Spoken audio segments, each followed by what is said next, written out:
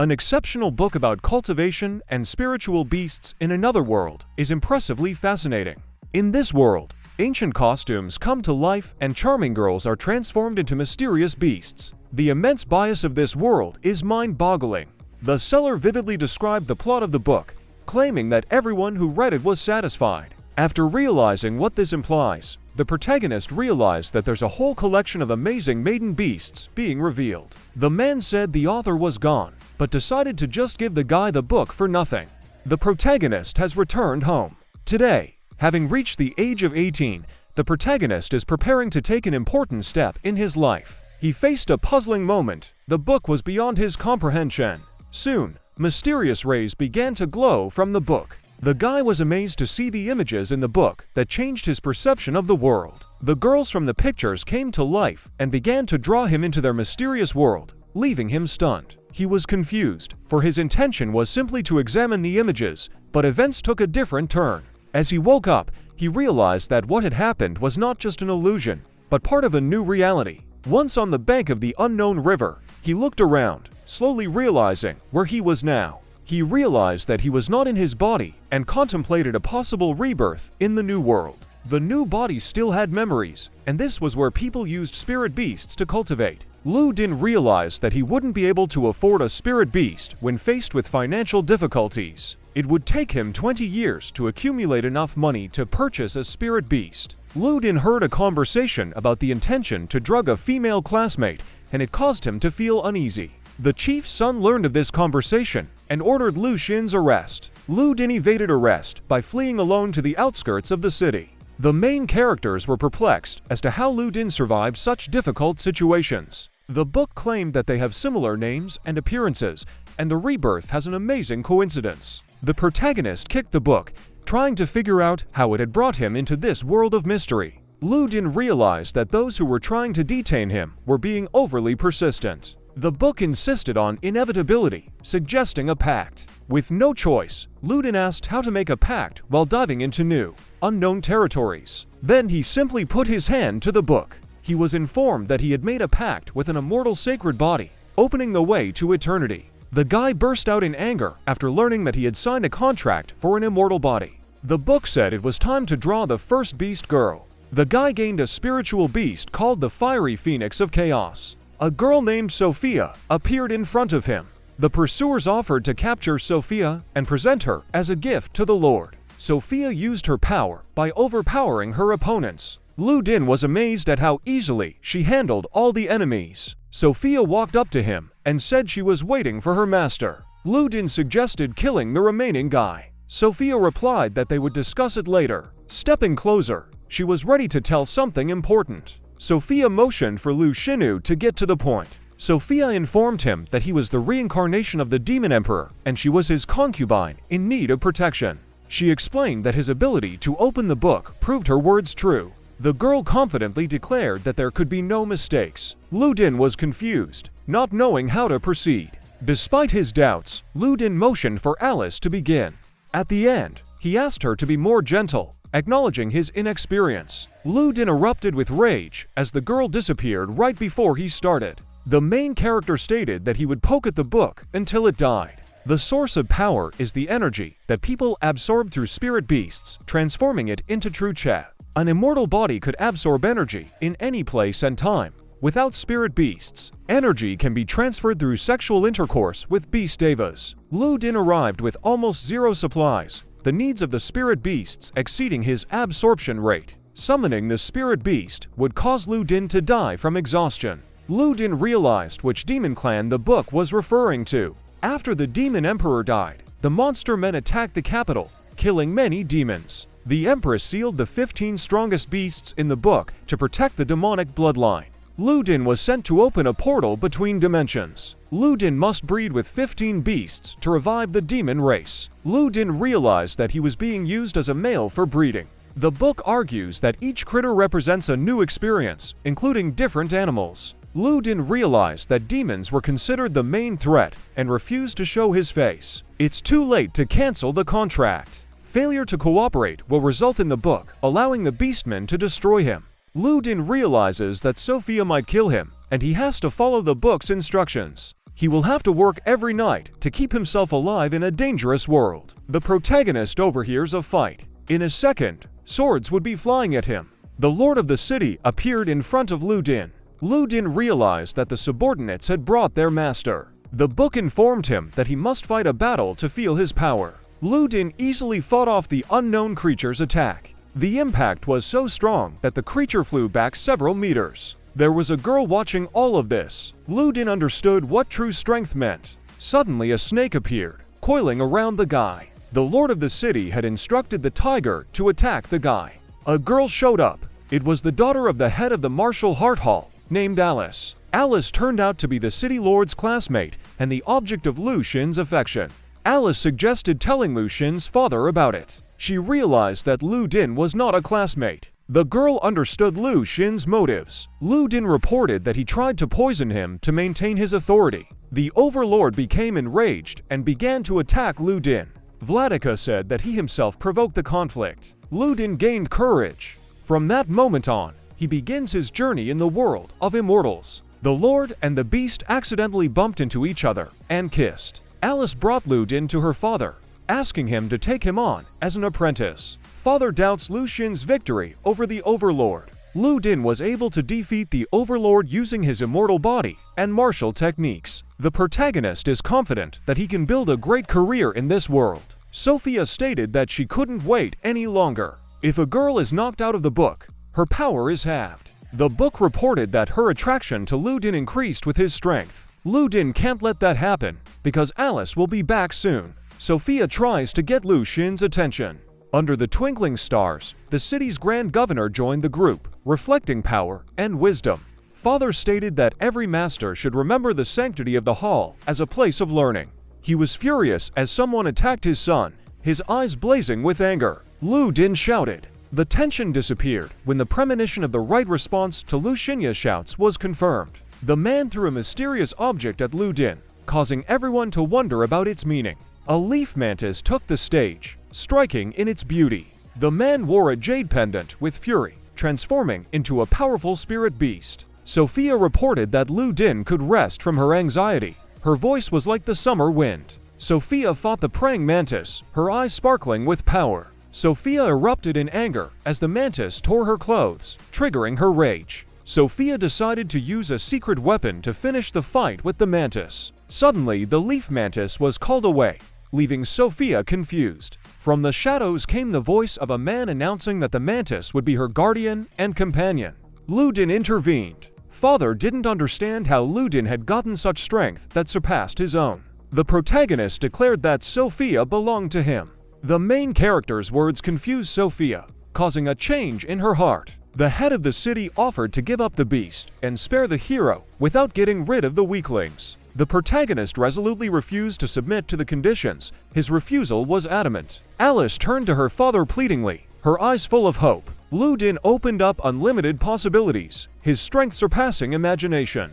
Upon hearing the fists of destruction, the man's expression changed, his confidence shaken. He believed that it was impossible to dodge the blow, and Lu Din was doomed. The father resolutely did not allow the master to attack his child in defense of him. Lu Din remained calm before the upcoming test, not showing any nervousness. The master launched an attack, his power overcoming all obstacles before his father could intervene.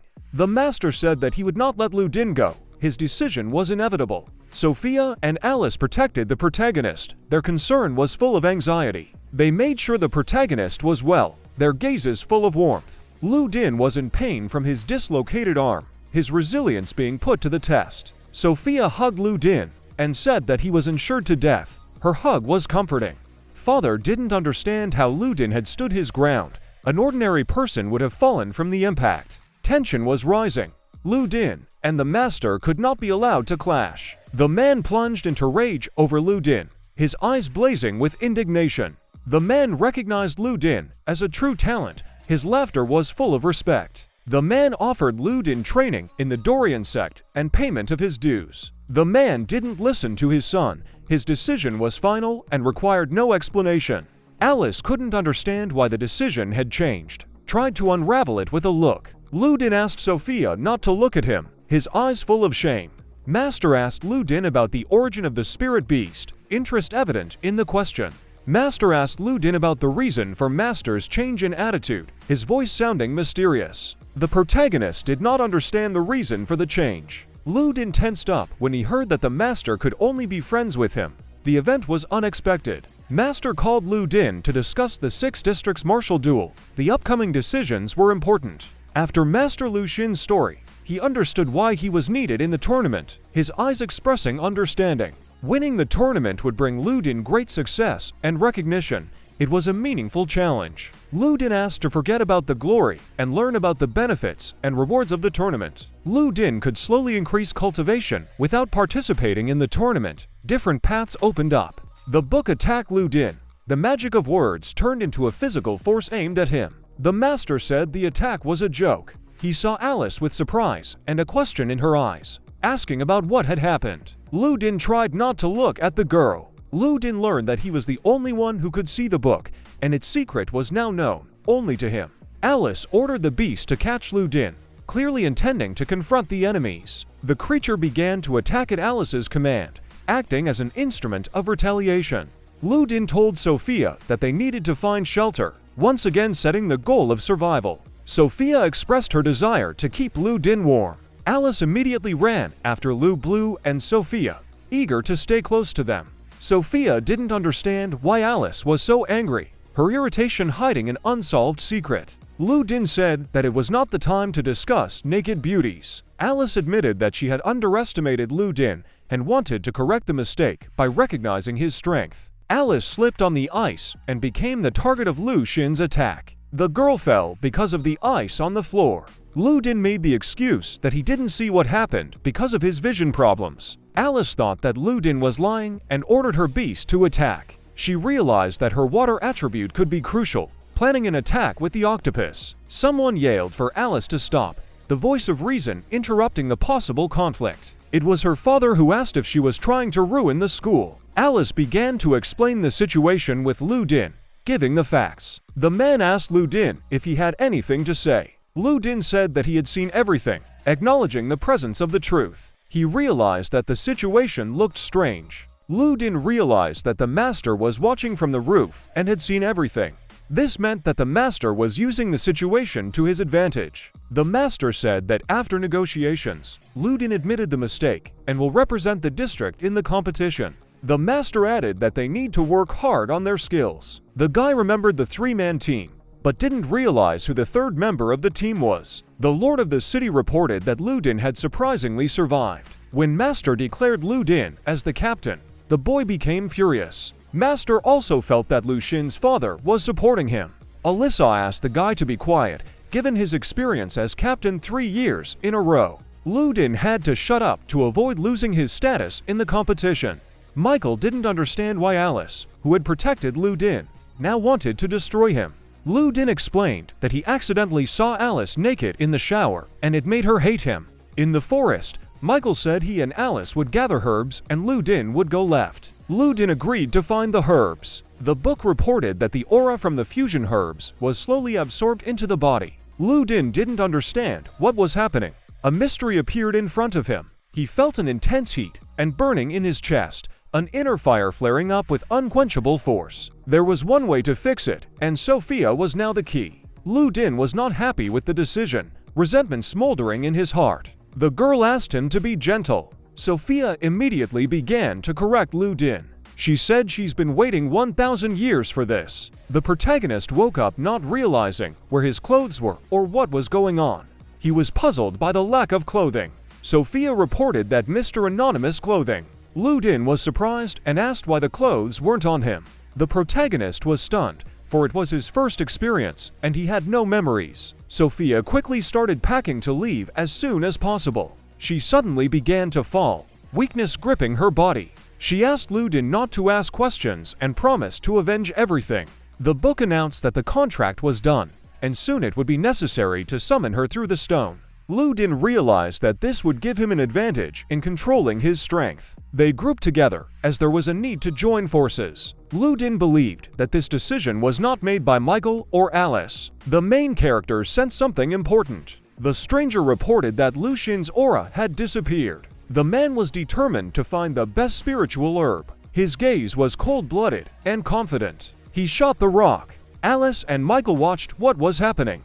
He introduced himself as a future star of the county. Alice wondered how he dared to appear on the mountain of the Great Bear. Lu Din thought that he was a thief stealing resources. He hadn't noticed their presence, and now he must act. He decided to silence them forever to keep his secret. The man summoned a flaming sparrow and a hedgehog, ready to help in the fight. Lu Din saw the spirit beasts fighting at the same time, planning to master this art. Alice asked Michael not to underestimate his opponent, given his combat experience. Alice told the octopus to handle the firebird, and Michael and the tiger to hold off the hedgehog. The man thought their plan was foolish and doubted its effectiveness. The firebird began to attack its own, showing its inner rage. The girls reported a man in the woods, drawing attention to his activities. The hedgehog rolled on Michael and Alice, heralding a new danger. The octopus began to protect Alice by using his powers. The technique was called the blazing sunball, revealing the secrets of the octopus martial art. Alice couldn't believe that the octopus had increased the strength of the attack. Her ice attribute couldn't withstand it. The man said that their fighting techniques were outdated and long out of fashion. Michael stated that he would detain the man, and Alice would inform the foreman about the visitor. The man challenged, believing his phoenix to be superior to theirs. The man burned Michael. Michael thought fighting a fireball with his bare hands was insane. He was on the verge of despair, waiting for help from the gods. Lu Din wondered why he was competing with them. Alice was impressed by Lu Xin's appearance, finding something amazing about him. He told her to run and break the news. The man asked if he had collected the magic herb that emitted light. The man said his words were exaggerated and he didn't think he was great. The man insisted on handing over herbs that concealed an important secret. Lu Din was amazed by the fight of two beasts against one. He was sure that together with Sophia he could cope with any difficulties. Sophia came to help Lu Din. Their connection was necessary. After learning about Lu Xin's spiritual beast, the man was astonished. Learning about the spiritual phoenix of a student from a bad school, he decided to test the power of the phoenix. Lu Din saw her instantly transform into an 8-star. It went up for levels, the inner fire ignited. Time was running out, and the beast of a man began his attack, threatening to devour the light. Sophia didn't understand how the weak beast dared to stand in her way. She decided to show him what real fire meant. Lu Din realized that her strength could scare people away, making training with her difficult. After realizing that his opponent had surrendered, Lu Din realized that his spirit beast was too strong. Sophia suggested doing something interesting when they were alone in a secluded spot. Lu Din confessed his powerlessness and emphasized his failures. They heard a strange sound behind them that instantly caught their attention.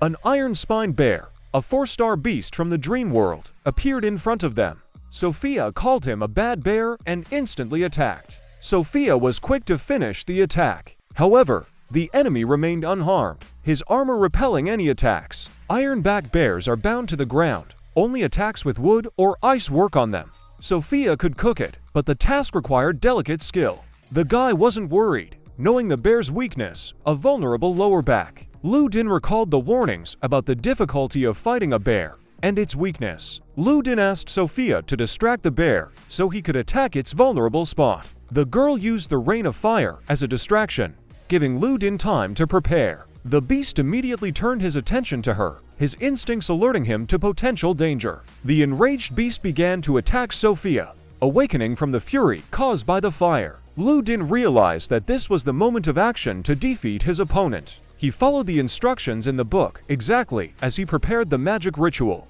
The bear felt intense pain caused by the powers of the ancient ritual. Lu Din was surprised at how easily the ritual worked. He noticed dozens of bears watching from the bushes to see what was going on. Michael told his father about the situation, who was stunned by his calmness. He explained that the man had recently become deputy city manager. Alice remembered that appointment as deputy required the approval of the head of government. If he met the master now, his future could be ruined. The man reported that they had 3 courses of action, each with difficult choices. One possibility is that Lu Din will be killed before the tournament starts. If Lu Din wins, Master will feel humiliated and take revenge. 3 years ago, the Lord commissioned the creation of 100 bears for the Emperor, planning a reward. Spies from Big Bear Mountain informed the man of political intrigue. He was informed that Ludin had one. Anxiety enveloped his mind. Master was shocked to learn that Ludin had caught all the bears. The city owner experienced a nervous breakdown after seeing his plans destroyed. Michael was told that only a doctor could help the man now. Ludin didn't understand why Alice had brought him to the master. The man began to question Ludin about the reason for killing the farmed bear. Ludin didn't know that the bears were part of the plan and acted unknowingly. He explained that the bears were to help him become deputy chief. Alice calmed him down by saying that Ludin could choose the 6 counties competition. A man announced that he would compete in a deadly martial arts competition. Ludin promised to participate, but refused to guarantee victory. Michael suggested that Ludin not get cocky, threatening to beat him up for such behavior. The protagonist looked at Michael with a challenge, ready for a confrontation. The man asked how Ludin dared to bully his son. Ludin suggested not exaggerating and solving problems like adults. The protagonist has stated that the reward for winning does not interest him. Master couldn't understand what Ludin needed then. Ludin replied that he needed the thunder strike technique. The protagonist realized that spontaneity and unexpected actions are the only way to confuse the enemy. In combat, the master used less than 10% of the technique. Ludin wondered why this technique had been passed down to him, threads of the past surfacing in his thoughts. The Thunderbolt technique is a Liu family secret. Even Michael doesn't know it. Ludin decided to find a teacher of this technique, determined to master it. Master couldn't understand how he could give away a technique to an outsider like Ludin. The master, accustomed to failure, decided to stay at the bottom of the competition. The winning county owners will be promoted to deputy emperor. Those present fell silent, contemplating the coming struggle and changes in the hierarchy of power. Michael suggested that his father leave the Thunderbolt technique to him to keep it. Michael's mood had taken a sharp turn for the worse, but the reasons remained unclear. The man admitted that he hadn't expected to be friends with Michael, which surprised him. Alyssa said they had to practice. There wasn't much time left. Ludin suggested that we call each other brothers. The master has invited them to an important talk or a new phase of training. He said to make good use of the time, not to waste it talking. The master's appearance shocked them. They could barely contain their surprise. The master reported that Alice's father was too soft for training. Training will become more difficult, and no one but the master will be able to teach them. The master decided not to spare them by toughening up the training. A 9-star thunder tiger beast appeared. It was the first time Alice had seen such a beast. Its appearance caused surprise. Michael noted that only 6-star beasts had previously participated. The master explained that the level of beasts in the competition would increase. The man ordered his beast to attack them. Alice was the first to be hit, the beast choosing her as its first target. Ludin was surprised by the lightning-fast attack, amazed by the beast's skill. Master asked if they were ready for the championship after the tiger attack. They summoned their beasts, answering the master's summons. Alice asked the octopus to hold off the tiger, planning a tactical move. Michael joined the battle. Alice was struck by lightning after all, the enemy breaking through their defenses. Michael's tiger didn't make it either. Tiger turned back to Michael and hugged him. Only Sophia continued to fight. The master reminded him that a fire beast could not burn a thunder beast. However, Sophia managed to attack the tiger, showing skill. The beast rolled to its master. Ludin stated that flames would not defeat him, but fists could. There is a way to combine the efforts of the beast and its master. Master decided to tell Ludin about the fusion of man and beast. Ludin pondered over the possible scenarios of the merger. The master warned them of the possible dangers of learning. Merging with the beast transfers its attributes to the owner. Alice didn't understand why the Lord Stars were reduced to 6. Spirit beasts transfer attributes to the host through communication. Ludin realized that it worked like a battery. After losing energy, the beast becomes vulnerable and may die. The human also takes damage, so the fusion is learned later. You need to feel the vibrations of the beast's pillars and tune into them. Ludin suggested that Sophia explore the world of merging with a spirit beast to unlock new abilities. She instantly changed shape in a matter of seconds. Ludin demanded that she change her clothes immediately. They finally spoiled Michael's impression of the word enter. Alice's father announced the start of the first round of the tournament and their opponent, the neighboring county. The governor ordered a fight with his opponent in the first round of the tournament. Lu Din must decide which of them to punish, which presents him with a difficult moral choice. He felt like they were muddying the waters, but it was important to focus on winning the competition.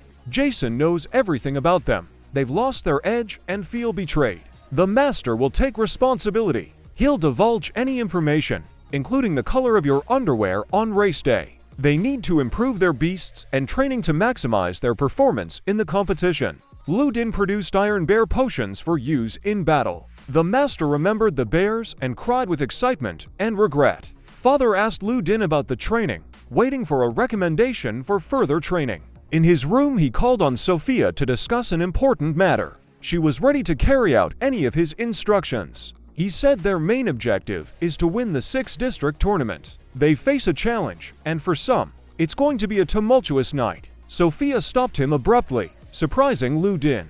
Lu Din was annoyed about wasting 2 days to gather energy. Sophia needs 2 months to transform his energy, or she will die. Lu Din felt that 2 months seemed like an eternity while waiting for the result. Sophia suggested that Lu Din unlock another sister from the book to help. Sophia realized that the task assigned by the Emperor was too cumbersome to be performed alone. Sophia could not allow the demon race's resurrection to be ignored, having a request for Lu Din. Let Lu Din not forget about her, even if the future brings him many women.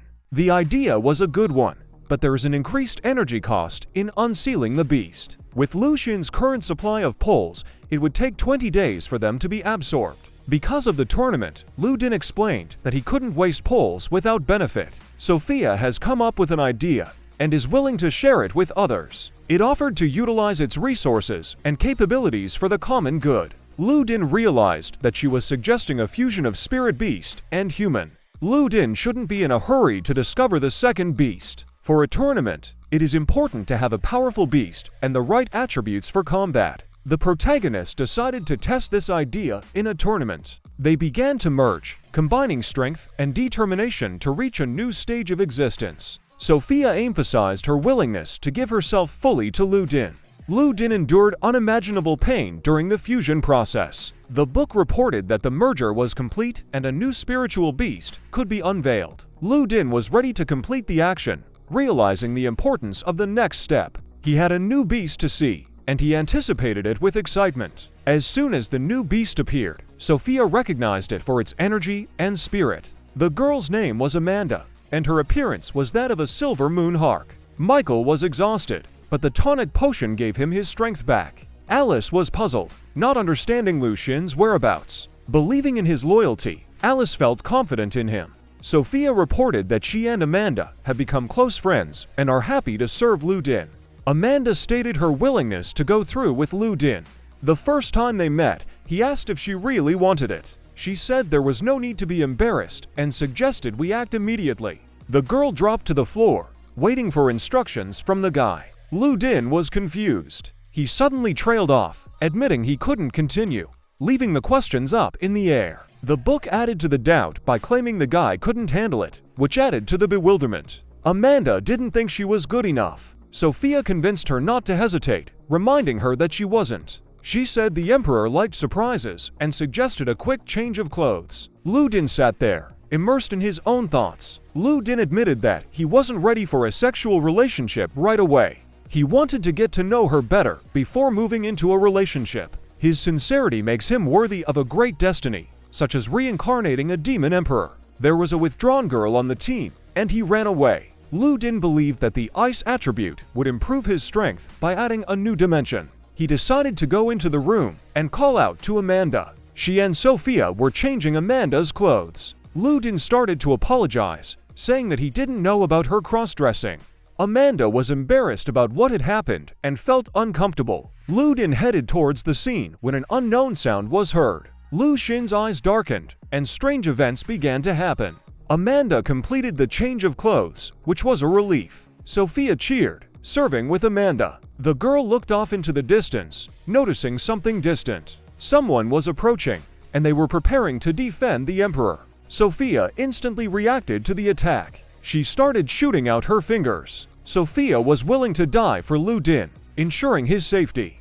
Amanda supported her friend, joining forces to protect the Emperor. The stranger approached Lu Din with unclear intentions. Amanda and Sophia didn't have time to react to the stranger's appearance. Lu Din was taken away with them, leaving the girls in shock. The girls rushed after the stranger, ready to retrieve the emperor. The stranger scoffed at the girls' attempts to retrieve the emperor, saying they could not protect him. He noted that all that mattered was that Lu Din had lived up to expectations. The stranger increased the pressure on Lu Din. Sophia threatened to kill him if he did it again, ready to protect Lu Din at all costs. Lu Din asked to be a little more gentle. Lu Din didn't know who the stranger standing in the center of events was. The stranger came to check on Lu Xin's cultivation progress, revealing part of his goal.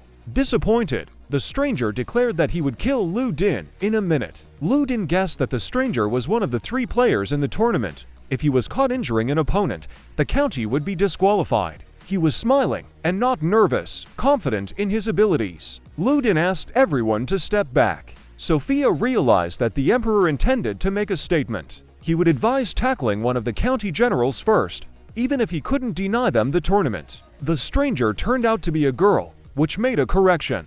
She said that Lu Din came in a second without realizing how it happened. Michael tried to watch from the edge of the roof. There was no one on the roof, just a hole. Alice said she would call someone and Michael should look around. The girl asked him not to move to avoid unnecessary noise. Lu Din couldn't understand where this girl and her intentions came from. They were clearly uncomfortable being alone together. She complained of numbness in her legs, after which the guy decided not to move any further. The girl gagged him again. At this moment, Michael was above them, looking for Lu Din. Lu Din tried not to think of vulgarities while in this girl's company. Lu Xin's fate depended on Lu Din, and he should stay out of his thoughts. At that moment, the girl noticed something below her. Her look changed. Something frightened her. Michael couldn't understand why the thunder was rumbling in this weather, but we had to go.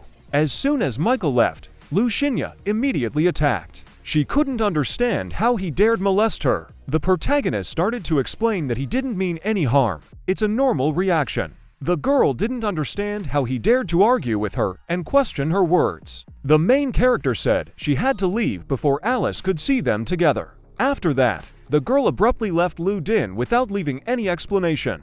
Alice couldn't understand what had happened or where Lu Din was. After a moment, Lu Din explained everything and explained how everything happened. Alice's father immediately realized that this girl's name was Rebecca. The man said he hadn't seen her in years, and she showed up out of the blue. Alice thought her father's act was despicable, and with anger she broke through the wall. Lu Din and his father were surprised by the girl's action.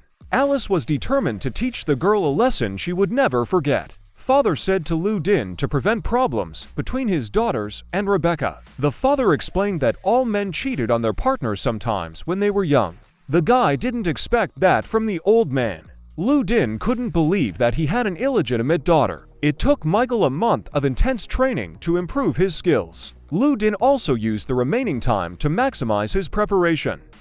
He used this time to socialize and interact with the girls. Finally, the day of departure for the championship came, and everyone was getting ready to leave. Michael's father wished them luck without further ado or reminder. Lu Din said that he had to hurry to make it to the palace before evening. They will definitely get there on time as previously planned. The most valuable and exquisite beast he had at his disposal would do it. It turned out to be a 3rd-star flying chicken used for transportation. The next scene will unfold in the province where the characters are headed. All the district members were already gathered there, waiting for the events to begin. One of the girls looked up and couldn't understand what she was seeing. Those in attendance realized it was something from the last county. All in attendance did not appreciate the transportation that was provided to them for the trip. The woman announced the rules and regulations of the 6 counties' martial arts competitions. This year's tournament will be divided into 2 rounds, qualifying and main round. The previously published match table is out of date, and teams are following the changes in selection. The preparation was in vain due to sudden changes in the tournament regulations. The guy got punched in the face for his words of displeasure. She asked if he was comfortable with the mansion's mistress' decision about the competition. There was complete silence after her words. Everyone froze in anticipation. Turns out the others weren't aware of the change in plans either. They were sorry that Michael, Alice, and Lu Din wouldn't be able to participate in the battle. Alice's father reported that they had little information, so they would watch and wait. Din asked if the 6 counties really knew about it in advance and would fight fairly. The landlady didn't expect that there would be a martial arts duel in her prefecture, much less one involving the Emperor of China. The 6 martial arts bout is popular in the country and most want to participate in it. The extra team makes the competition more exciting and intense. These 18 are some of the province's most valuable young talent. A new and unexpected command stood before her that she hadn't expected to see. She asked them not to make a scene so that everything would go smoothly and successfully. After an encounter with a magical gnome, Michael, Din, and Alice find themselves in a mysterious cave. Michael and Alice realize they were in Devil's Fruit, a maze of dangerous beasts. Participants had to get through the 9th level of the cave, defeat the dragon, and return alive. Everyone was surprised to learn that the next challenge would be to bring the dragon from the 9th level of the cave. Jokes are inappropriate, for in case of fright, contestants are forbidden to leave the contest. The Earth Dragon is a rare and poisonous species that participants will have to obtain in the tournament. The mysterious guy warned Din about the importance of surviving the next round. The guy looked at Din in surprise, not understanding who he was or what he wanted. Din introduced himself as the Wolf of his county. His arrogant presentation caused bewilderment, considering him overconfident. At the critics' words, Din laughed, not taking them seriously. He apologized to the guy, admitting that he just couldn't contain his laughter. In response to Lu Xin's joke, the Wolf flared up and became furious. The angry Wolf summoned his water spider, an iron turtle, to his aid. Alice suggested that Michael move on, realizing that there were many challenges ahead. The cave creates the perfect environment for venomous beasts, leaving little to chance. Michael comforted Alice, assuring her that they could handle any difficulties in the maze. The hardest part is taking the route in the cave, not avoiding the beasts by acting cautiously. Michael offered Alice to go with him, but she chose her own path full of danger. 15 minutes later, Din noticed that he was alone in the cave. He decided not to wait and to look for Alice on his own.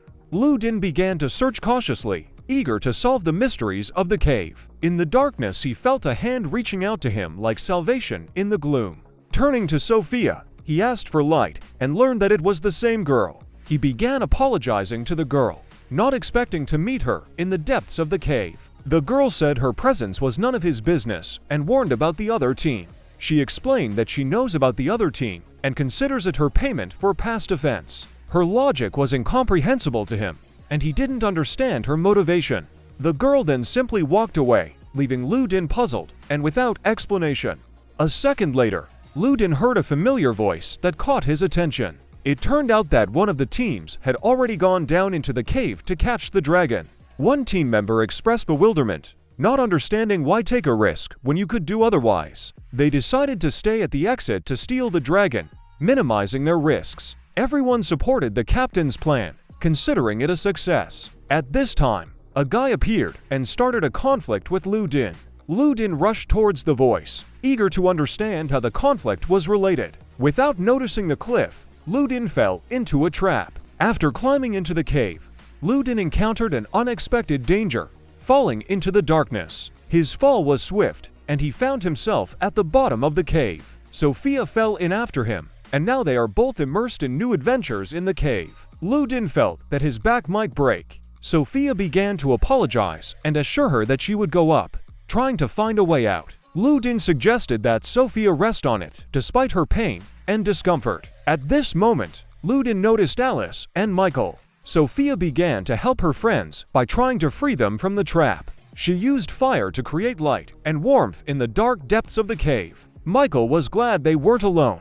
The earth ants appeared in front of them. Sophia realized that the struggle would become more difficult with the appearance of the earth ants. Michael's tiger had passed out from exhaustion, and her ice was useless against the ants. Din advised Sophia to use the full power of her strength to fight the ants. Sophia began to use the fire of the 9 heavens. She was applying the full power of her strength. Alice remarked that the fire was useless and warned that they might burn. Din asked Sophia to stop using fire, giving Amanda a chance. Alice was surprised by the appearance of another female spirit beast, which puzzled her. Sophia and Amanda joined forces to fight the female spiritual beast. They struck in unison, looking to create maximum impact in the fight. Their combined strike had an effect on the ants, changing the course of the battle in their favor. The ants scattered to pieces, leaving a trail of victory for Sophia and Amanda's combined efforts. Michael wondered how they had achieved such a result. Lu Din decided to encourage Amanda to keep her confidence up and motivate her to take action. Sophia expressed frustration at the lack of praise for her participation. Lu Din thanked the two girls. Lu Din expressed disapproval to Michael for his careless attitude toward the team task. Alice turned out to be the culprit behind Michael's pain. They have made it to the second level and now must find their way to the third level. Lu Din was surprised at Michael's unusual ears, who called it a slight misunderstanding. Lu Din offered Sophia to join the team if she defeated another wild beast. The surface at the entrance of the cave seemed simple to Lu Din. The protagonist realized that no matter the choice, the path would lead back to the same place. They resolutely jumped into the cliff, though the reason for their decision was unclear. Michael noticed something strange and asked everyone to pay attention to it. Michael asked if the creature could think he didn't notice him. Lu Din asked Sophia to light the way to discern the mysterious creature in the darkness. Human bones could be seen in the distance. Alice noticed that the ropes binding the bones were typical of students in the northern district. A beam of light illuminated Alice from behind, causing her to instantly turn around from the unexpected light. Lu Din asked Sophia to keep the lights on and suggested that everyone leave the place. Lu Din asked Alice to stay close to him as they needed to leave urgently. Alice's appearance changed dramatically. Lu Din was confused when he saw the change in Alice's appearance and tried to understand the reason for it. Alice suggested we have fun here. Lu Din came to his senses but remained puzzled. Lu Din expressed his concern for Alice. Alice was poisoned by a spider, and its venom caused strange visions and changes in behavior. Lu Din didn't know how to deal with the poison and wasn't confident in her recovery. Lu Din realized that the paired cultivation could help Alice deal with the poison. Lu Din asked if pair cultivation would really help her return to normal. Lu Din, coming to his senses again, he doubted it. Sophia was getting annoyed at Michael's excessive noise. Lu Din wondered if this was really the only way to solve the problem with Alice and looked for other options. Book asked if she had been cheating on Lu Din. The protagonist was shocked by the new surprises that threw him off balance. He stated that he could no longer hold back. He asked Sophia to turn on the light to get a better look at what was happening. Sophia was surprised at the Emperor's interest in this, finding it provocative. A poisonous spider appeared, disturbing the peace. The bright light made it hard to see. The spider continued to descend. The spider began to sway. Lu Din caught the spider, ending the tense moment. Sophia didn't understand why the spider remained visible in the bright light. The spider lived underground all year and was aggressive to bright light. The spider preferred poisoning people rather than attacking as a way of survival. Michael unconsciously asked for a kiss. Lu Din promised praise from Michael after his recovery. Lu Din noticed the hole in the spider's abdomen and thought of sucking out the antidote. He decided to dismember the spider to extract the antidote. The spider began to transform into human form. Lu Din thought that the spider was trying to manipulate or use poison. A girl appeared, begging for mercy and pleading for mercy. Emma offered to be a spirit beast for Lu Din. Lu Din was surprised by the existence of spirit beasts. Emma clarified that she didn't kill people, but watched them struggle. Emma was impressed by what she saw. Lu Din realized that Spider Lust's nickname accurately described her art of observation. Emma expressed her desire to leave the gloomy space and start a new phase. Alice and Lu Din showed no interest in spirit beasts, leaving it aside. Michael offered Emma to become his subject, providing her with food and entertainment. Emma refused to go with Michael, preferring to follow Lu Sin. Emma asked for protection and support from Lu Din. Emma, the expert, knew a shortcut to the cave. The unexplained sounds turned out to be a night bat, and the dead body was the result of its hunting. Alice and Michael were scared, not wanting to become victims. Sophia was touched by the Emperor's respect for her opinion. Lu Din decided to accept Emma despite his doubts. Lu Din bit his finger. He used the blood to make a contract with the spirit beast. The contract has been finalized. Emma had a pleasant sensation from Lu Xin's blood. The question of the effect of the immortal cause on beasts arose in the context of Lu Xin's mysterious nature. They were to obtain the dragon at the 9th level of the dungeon.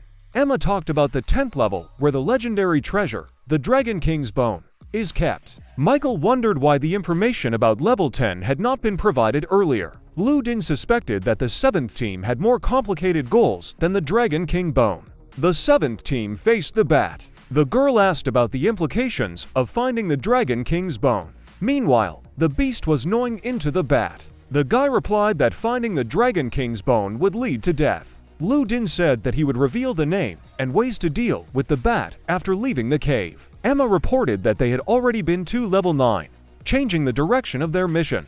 The spirit beast of the Ghost Cave, a poisonous earth dragon with 10 stars, made their task more difficult. At this point, the 7th team was already there, complicating things and raising the stakes. Michael noticed that the dragon's venom was corroding the rocks. Alice realized that the 7th team had become enemies and hoped for their defeat in the battle with the dragon.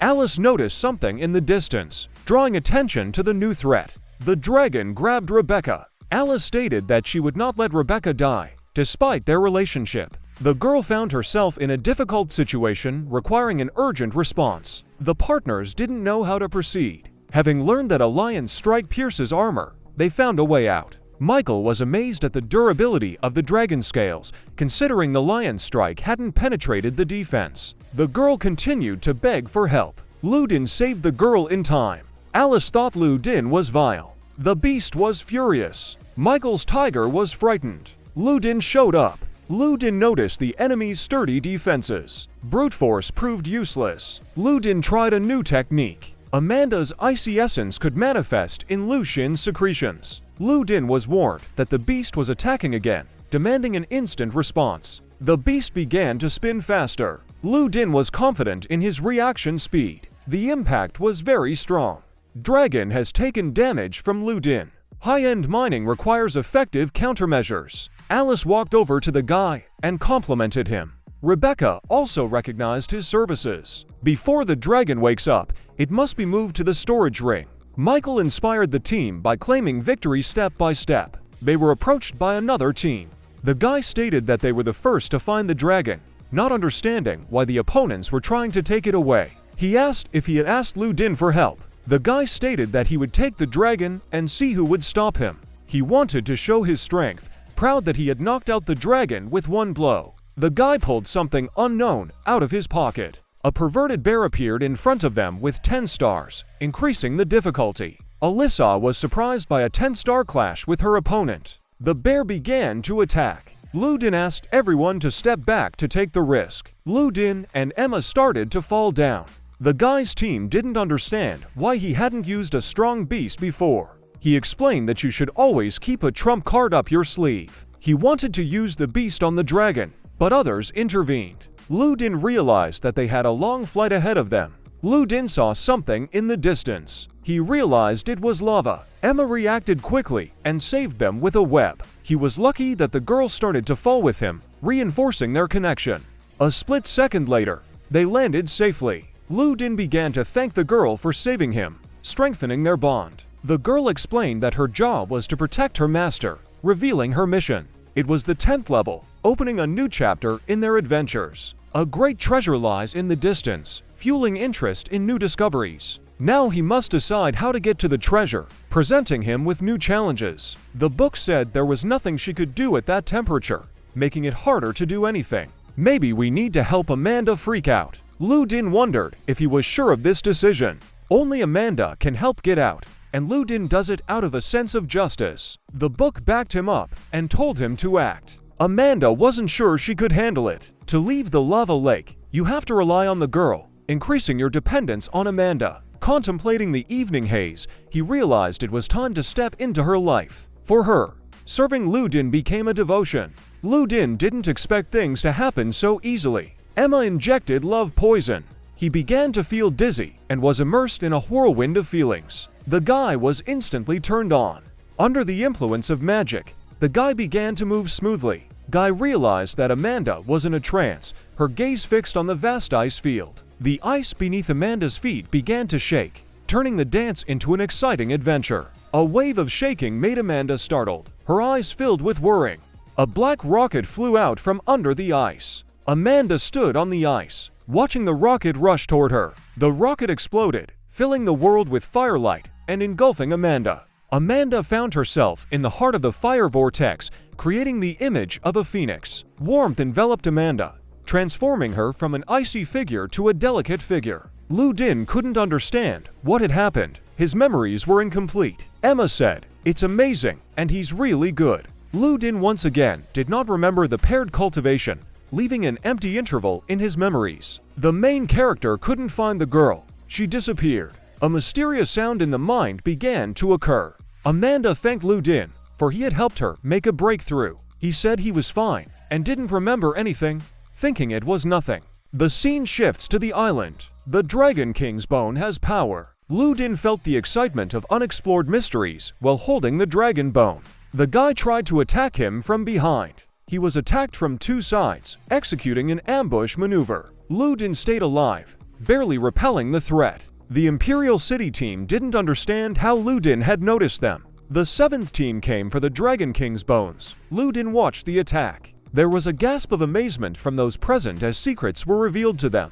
A huge web covers the area, guiding them through the maze. Lu Din asked Emma not to cause trouble. The guy said that he had seen the other two contestants at the competition, and this was Lu Xin's first time. He pointed out that Lu Din is a poor guy with no support. The guy scoffed, sarcastically mocking Lu Xin's situation. Although he wanted to be friends, he didn't feel it was necessary. After the words, a wild Volf with 10 stars in its aura appeared, ready to attack. The sight of the Volf attack became the scene of a struggle between the forces of nature and the ambitions of humans. The Volf attacked with fury, disturbing the harmony of nature with its unrelenting aggression. Lu Din was surprised that the Volf attacked the weak beast instead of directly attacking it. He knew that the protagonist had to fight multiple beasts, complicating the battle strategy. He asked if attacking the weak beast was part of Lu Xin's strategic plan. The guy said that a smart hero would give up the dragon bones to stay alive. Lu Din was a 9th-ranked Lu Din, and fighting 3 opponents at the same time was unreasonable. They decided to attack together, giving Lu Din no time to recover and prepare. Lu Din stated that he was difficult to kill, threatening to gouge out his eyes, disturbing the island's tranquility. The main character used a lightning fist, and everyone closed their eyes before the dazzling power of the attack. One of the guys opened his eyes to see what was happening. After realizing that Lu Din was playing with them, the guy realized that they had fallen into a trap. 2 blows in a row had wiped out the guy, and he couldn't be left alive under the current conditions. Amanda reported that they were following them, warning of an approaching threat. The lack of a road didn't stop the walk. The girl was sure that they were catching up with Lu Din, and fate was catching up with him. Lu Din did not lose his organs. His body was protected by an invisible cover. Lu Din was glad that the lava had stopped them, as the fire was dangerous for him. They decided to act together, organizing resistance in the face of an impending threat. The protagonist was surprised that they were attacking from such a distance. The guy created a magical dome around the Volf. The Volf used the improved ice armor to cover the distance and reach Lu Din. The guy declared that enough running, and it was time to fight a new stage of the battle. Lu Din said that it wasn't enough to scare him. He held his hand up, alluding to the mysterious action. He told them to feel his passion. Sophia indicated that she would be helpful. Another humanoid, an elemental beast, hid under the lava. Lu Din ordered Sophia to return to him as she was the key to the strategy. The 11th star beast, the goddess of thunder, appeared. The protagonist managed to escape the trap. Lu Din was confident that they were safe. He noticed that Alice needed a rope to get out. He realized that he had to act differently, or there would be trouble. Alice was holding on to her last breath, her life hanging by a thin thread. Michael couldn't understand what was going on. Lu Din began to panic, saying that this was the end, and despair encompassed him. The guy was lucky to grab the girl by her clothes. She was embarrassed, for her clothes were being torn off. The guy looked into the girl's eyes, thanked her, and reassured her, saying the dress was a little torn. Alice begged Lu Din to let her go, her voice sounding anxious. Tiger and Michael couldn't figure out what was going on downstairs. The 7th team couldn't leave Lu Din behind. There was no room for failure in their plans. Lu Din asked if he was going to stop him. Amanda had to make the next move. The ice is about 5 meters thick, and no weapon can penetrate it quickly. Lu Din didn't realize what he was holding in his hands. After a few seconds, he realized that Alice was still hanging on the rope. The ice was cracking sharply. The team couldn't understand how the ice barrier was broken. Nature's reaction left them puzzled. The wild fanged wolf, the spirit of the forest, began to growl at Lu Din. The guy reacted quickly, starting to defend himself. Amanda didn't leave the master in the lurch. Alice tapped in to help. Her plans were ruined. The fighting skills of a guy with 10 stars are far superior to an earth dragon. Lu Din asked Amanda to let him in. Her energy was key. Amanda didn't resist and was willing to help her master. The devotion was obvious. Lu Din was puzzled. The girl's magical energy caused an unexpected change. They were starting to get good at it. The solution was coming.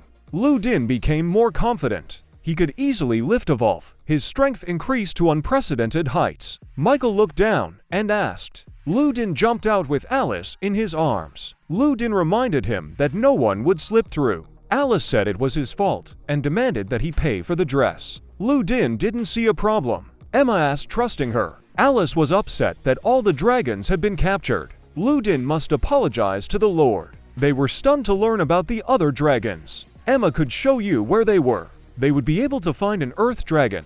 The prospect of meeting a unique creature lifted their spirits. Emma was worried about not letting her master wrestle her, her loyalty looking for an outlet. Michael was afraid of everything around him. Fear was his constant companion. Lu Din asked to be careful. The girl was talking about a bunch of losers. Teams didn't come out on time.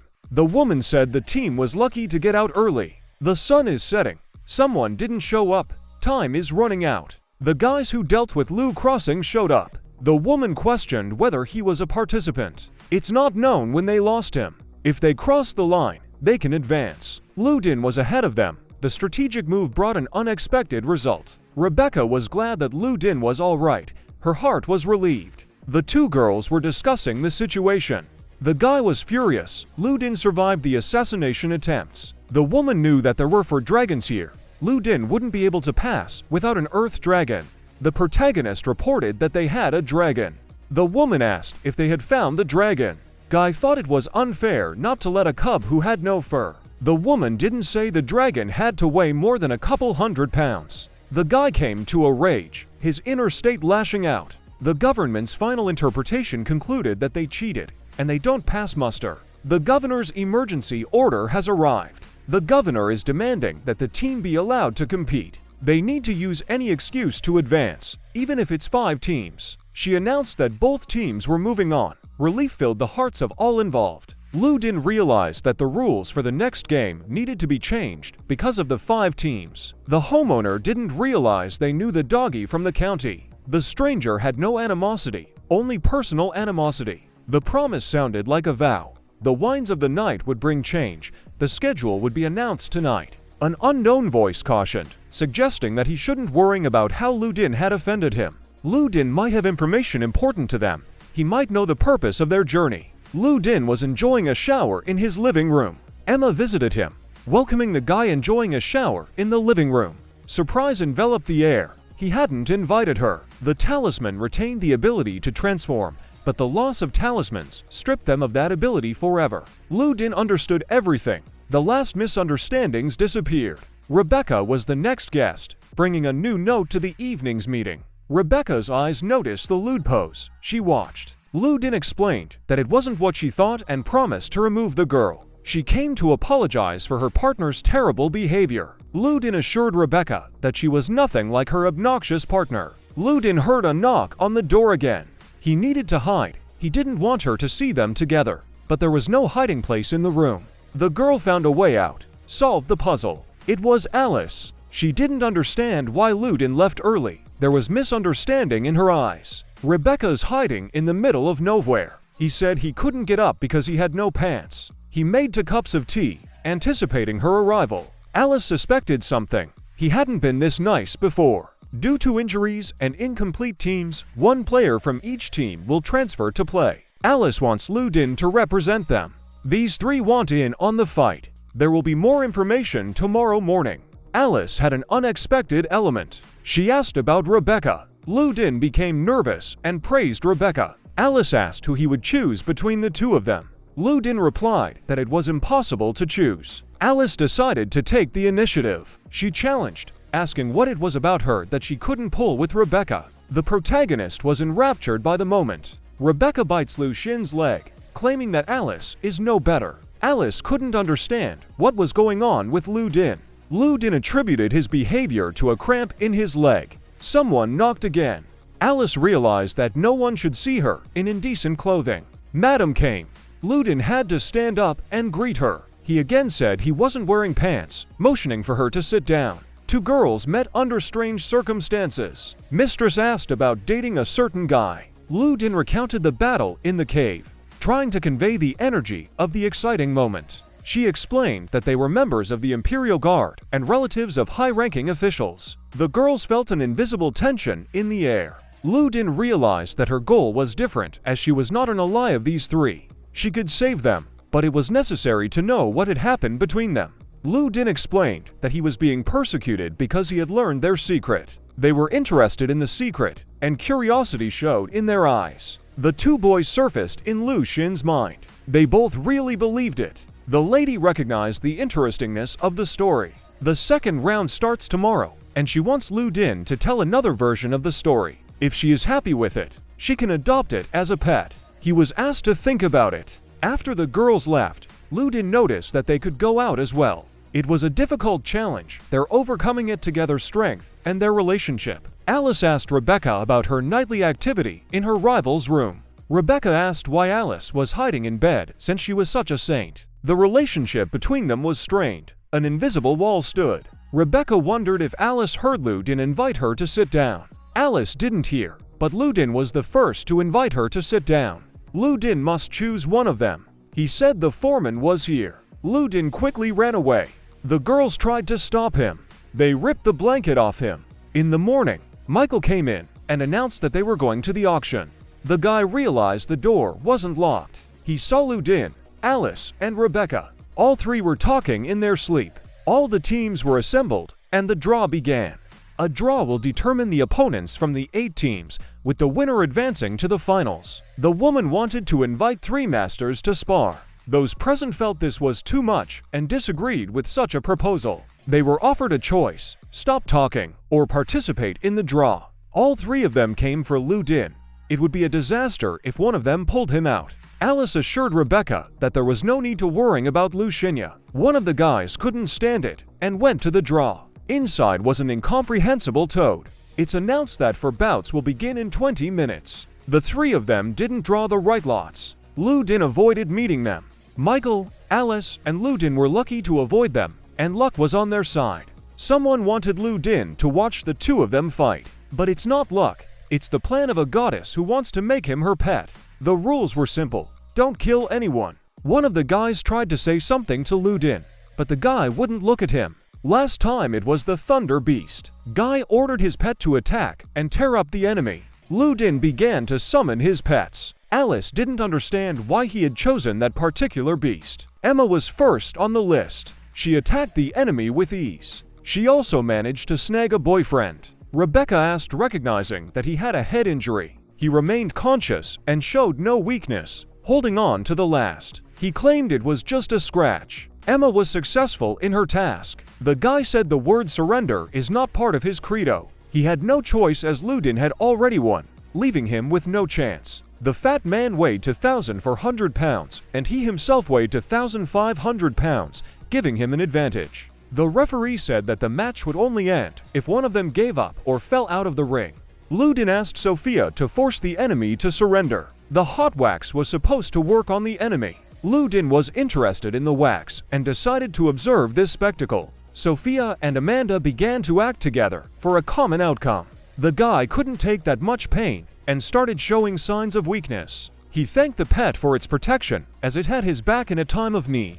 Their combined efforts were gradually yielding results. Eventually, the guy gave up and wasn't going to continue the fight. Michael and Alice immediately walked over to Lu Din to congratulate him on his victory. Lu Din was worried that the future stages would be more difficult. The first round was completed, and Lu Din successfully passed on.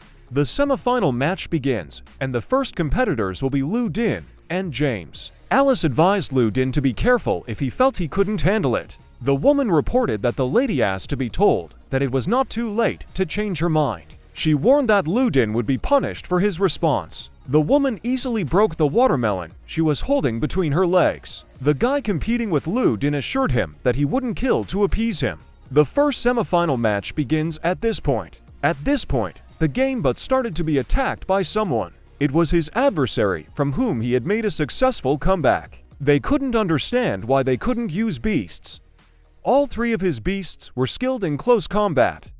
If he released them, they would be in the mist. Everyone started screaming and cheering for the hero's head. She never dreamed the 6 circles would come together like this. After all, the protagonist is the only remaining hope of the 6 circles.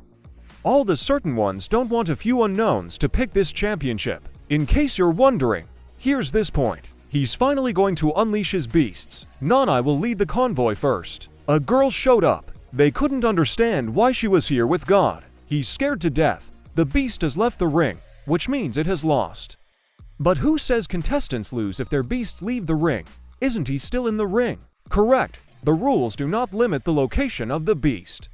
The contestant is in the ring. In theory, the fight can continue. It's a nice vacation, since Nai will just move her behind the Volga. It's a melee beast. He won't be able to hit her in the ring, but now he'll be a target for the girl. It's useless to come up with new tricks. At this point, the cancer started attacking the protagonist again. Something pricked at those fragile ice flakes. What's the point of fighting at all? The protagonist at this point was also injured. Then they both bounced back from those injuries. Such is the price of gullibility. It's useless to look at it. Just a jab. Give no less. Let him put it down. Believe it or not, he'll kill her.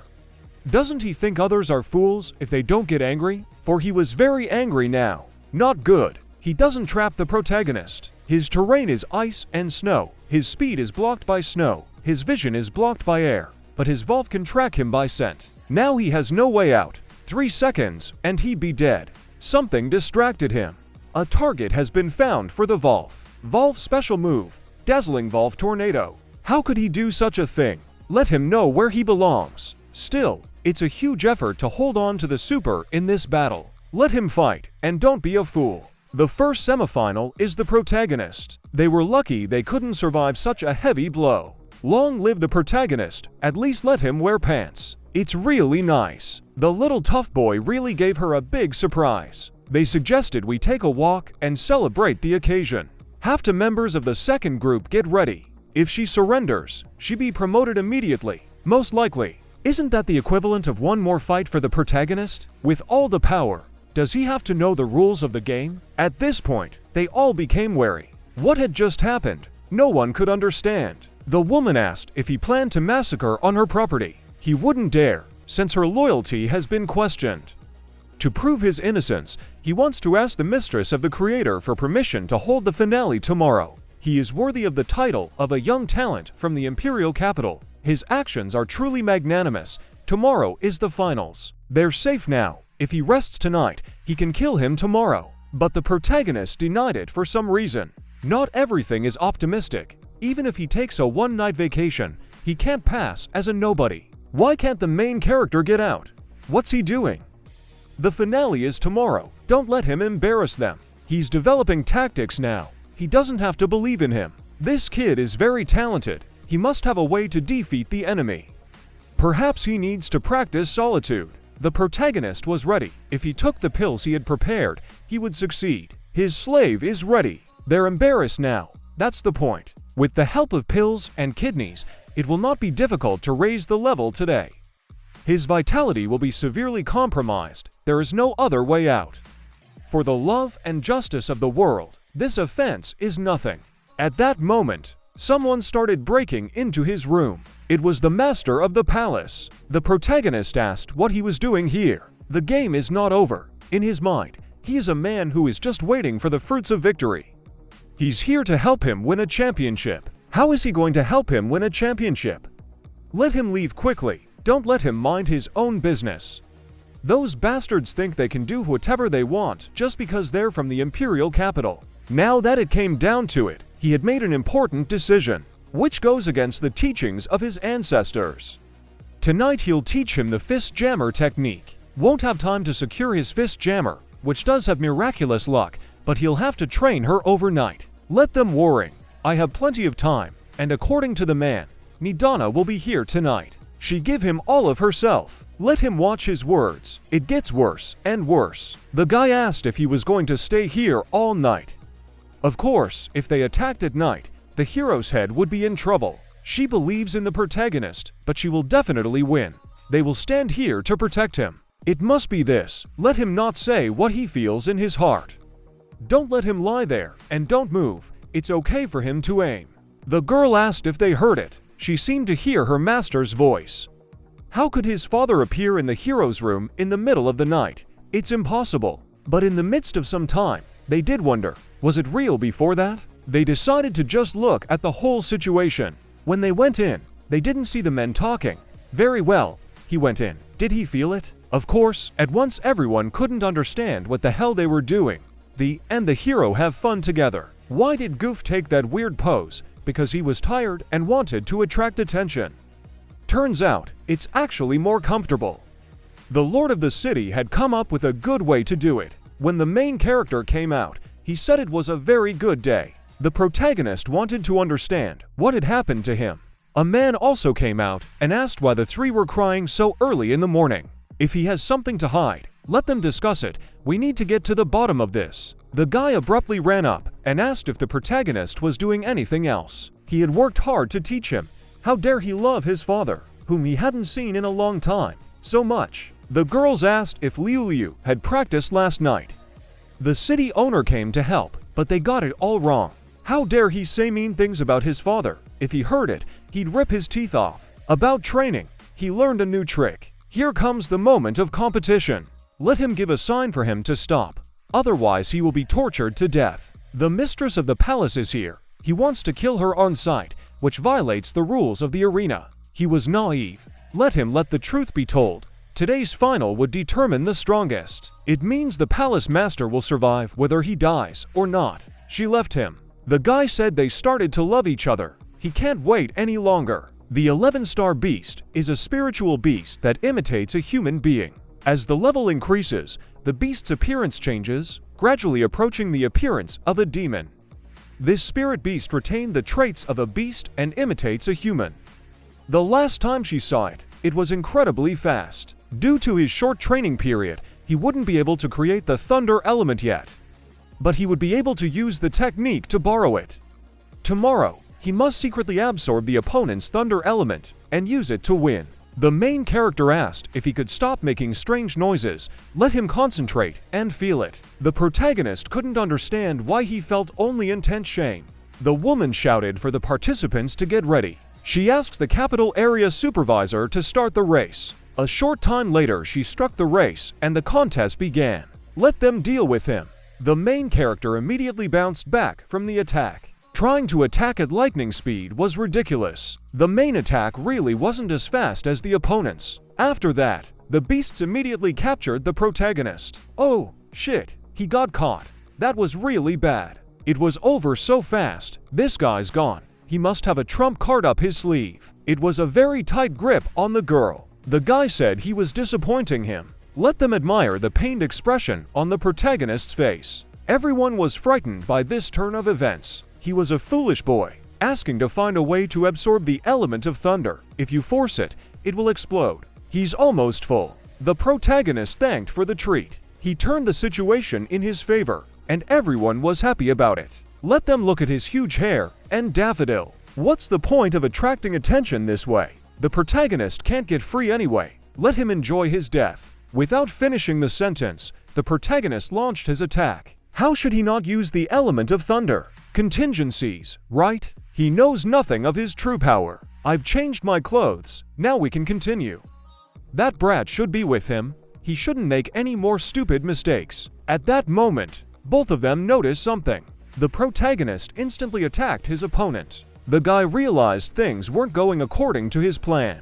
After that, the protagonist attacked with glory and sent the enemy far away from himself. Of course, the guy didn't like it, as he was almost at the edge of the ring. The girl noticed this and began to cheer when he fell. It was truly a victory. But at that moment, he was abruptly rescued by someone.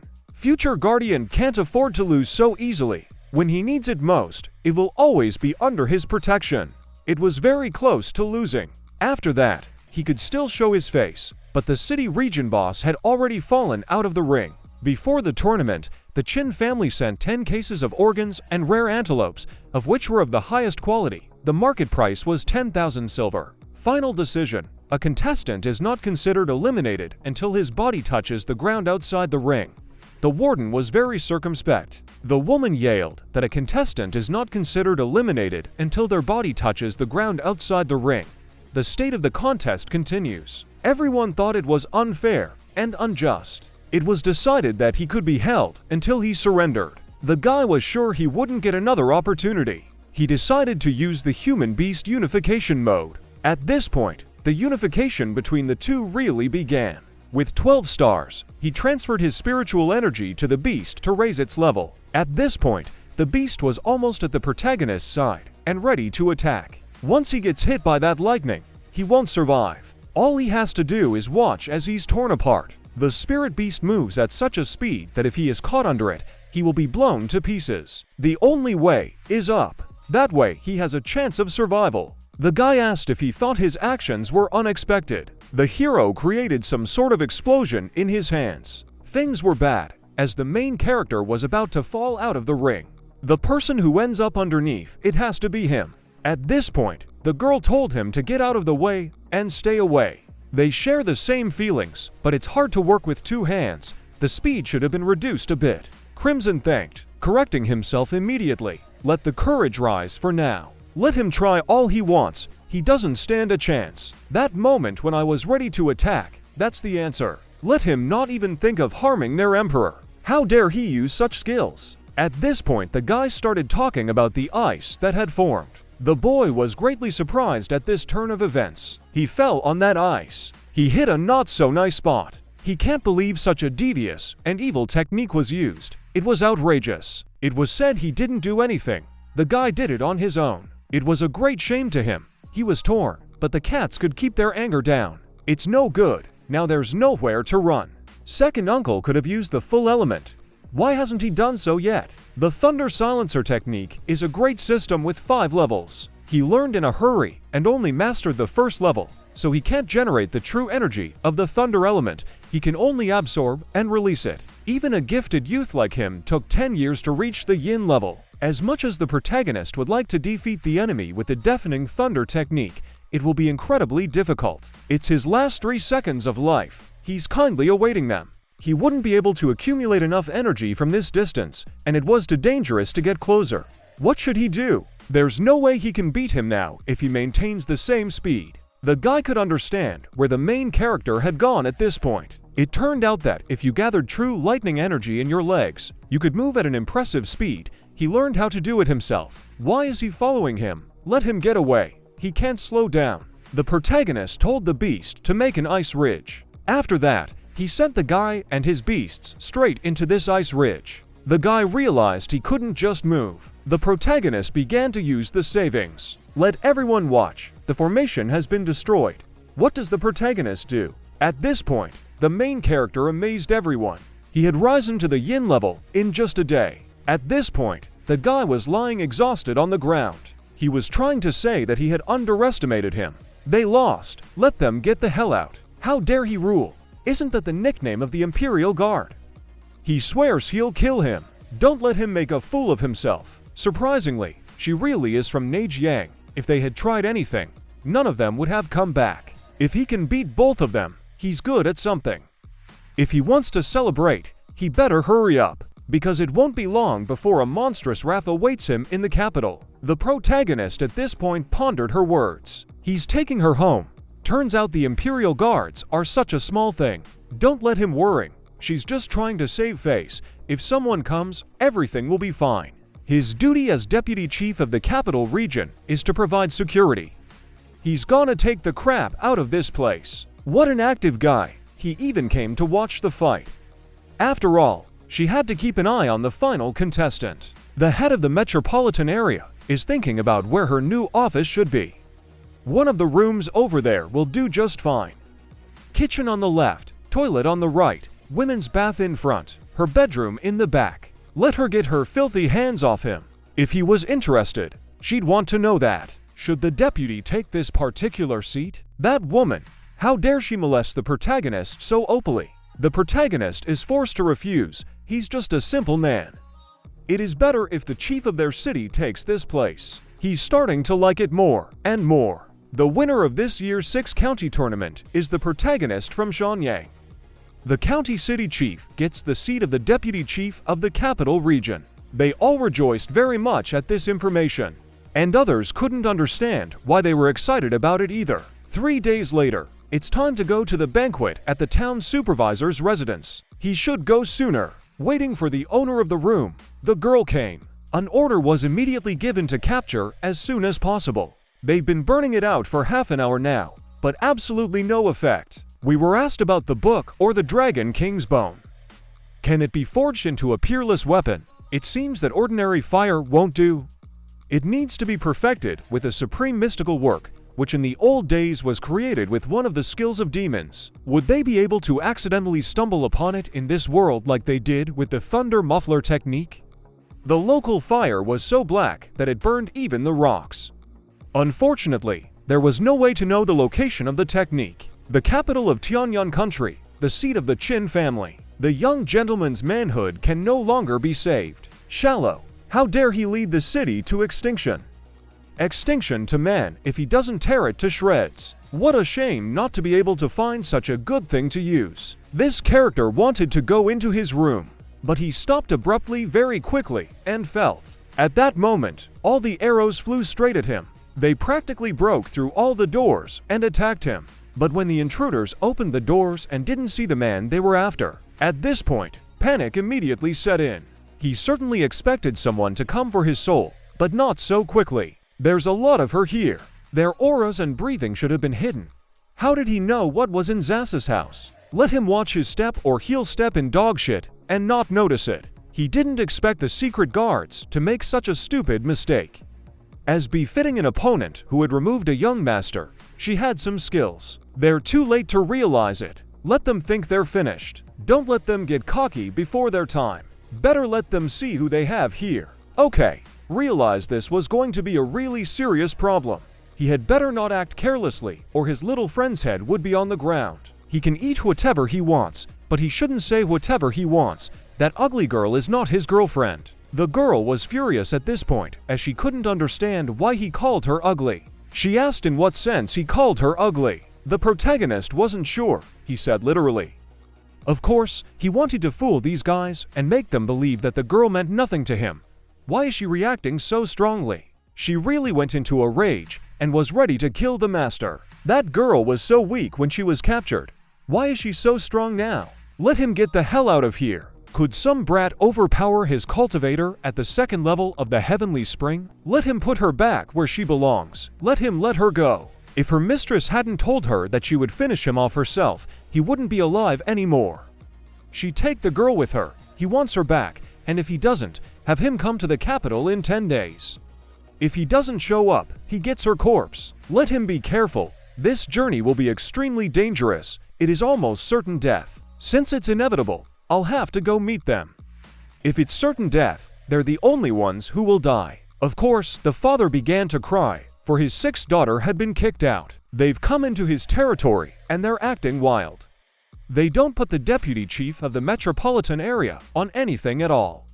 If they even touch a hair on his beauty's head, he will bury all 7 of them. The girl must set off as soon as possible. The journey to the capital will take at least 5 days. Someone had invited him. He just wanted to take this opportunity to build their relationship. The main thing, the city manager asked, can't resolve this in an official way. Officially you can, of course, except that since the other side is from the empire, the process will take a long time. The girl must be in great danger now. Better go and rescue her soon. Don't let him blame her for being devious. This is a once-in-a-lifetime opportunity. Developing a relationship requires being around for a long time, so she can't miss it. The protagonist suggested that they set off immediately. The guy said he was going with him too. But I can't do it at this speed. I'll fly. He had prepared for it in advance. Then he started giving food and chicken. As soon as she took it, she immediately felt a surge of energy inside. But he couldn't figure out what that sound was. After a while, they flew at the speed of light. Let him find it faster. The leader is already waiting for them to set the pork on the table. Just at that moment, someone crashed into them. They have now landed safely. The guy was right under the chicken at this point. He said they were pulling her down because his back was broken now. The man at this point began to tell no one to move. How dare they return to Black Whirlwind Mountain? The earth is already tiresome. Let him look at that smooth skin and tender flesh. He offered to grab them and present them to the boss. The protagonist starts saying that if they want to take him, they're going to have to go through him. She's not going to become the woman of a bandit leader. Don't let her flatter herself. That kid's not worth it. All the characters were really surprised by this turn of events. The main character even asked himself if he was the one they wanted to take away. Could it be that these mountains are actually the leader? The head reports that the men should be bringing in soon. They're about to come back. Suddenly false. So they're going to be roasted immediately. Only him at that. Useless men can't catch a boar. They kill it, but they don't bring the prey. It was a ghoulish leader named Q Yaifa. Now no wonder he has such a stately look. They really are blind. He asked how easy it was from here to the imperial capital. You have to walk another 300 li in this direction. 1 li equals 0.5 kilometers. He's bleeding into his kidney area. May they save his lower back. He still wants to be in the match. He was badly injured. We need to find a cure for him soon. If they don't mind, they can go with him to the campground and get the meds there. Black's base is out to glory with his ointment of the throne. Also opportunities to gather information. They deal in other information. Even if they want to know how many hemorrhoids the emperor has, they can buy a sit-down about it in camp. The entire black market of the empire is trading. The girl asked how many winters the imperial capital family knew. They are just errand boys. If they want information, let them go to the base and talk to the boss. They're probably just lying. Better hurry up and keep going. If they infiltrate the imperial capital, they can't be left without a chance to do anything. Let her know the enemy, know herself, and be able to come unscathed through 100 battles. Since they'd met, he offered to go to Black's camp to buy some medicine for the kid and shade his kidneys. They asked at length. He's in no hurry, so to meet Eve. Almost at the entrance, just a little bit more to go. Just when they get to the base, she have sheep to save the tiger. The boss will show them what real terror is. It's not clear anymore, or if these two actually hear everything. Those two returned and brought 3 strangers with them. The main character introduced himself by name and said they were passing by their territory. His critter was injured, and he would like to ask for medicine to cure it. Girl's voice. What was the point of putting it down the most? She hates smarmy boys, especially the ones who stir and eat meat. He's a man. He can't hide behind his second uncle's back forever. The guy started screaming and stood in front of the guy. They were so big and snow white. She was a beauty. The guy's face changed at this point. The main character asked if she wanted to fight, then we'll have to go through him. At this moment, the girl immediately retreated. The boy seems capable of something, so handsome and strong. But he's her type. Let them not worry. He'll protect him. The outlaw leader doesn't want to buy medicine and information. They don't want any extra trouble. Let him just tell them how much silver he wants, and they'll pay right away. To strike up a trade with her, they must first prove their abilities by overpowering her subordinate. If she's whose sister, she's Shun's sister. The guy said he would do it. The man in charge asked if he could do it for sure.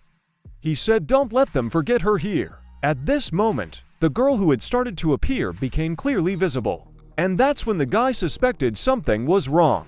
It wasn't the right size at all. The protagonist asked if everything was okay.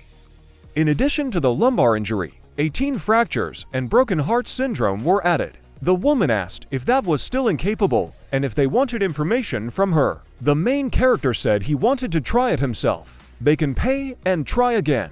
But there was only one attempt.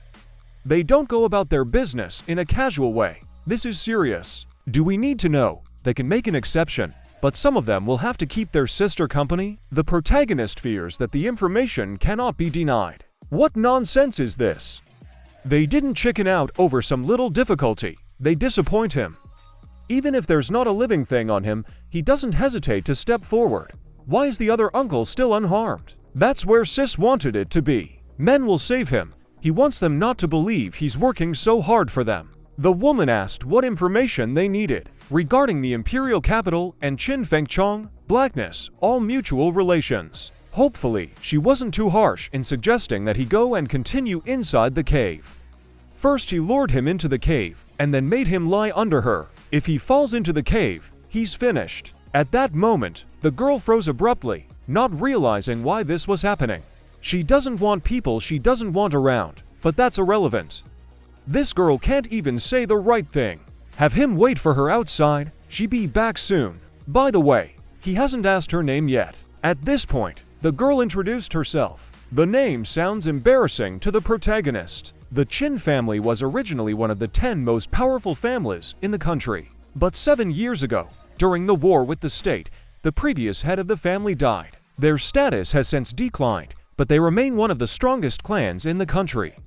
After the death of the past head of the family, a younger brother and sister were left behind.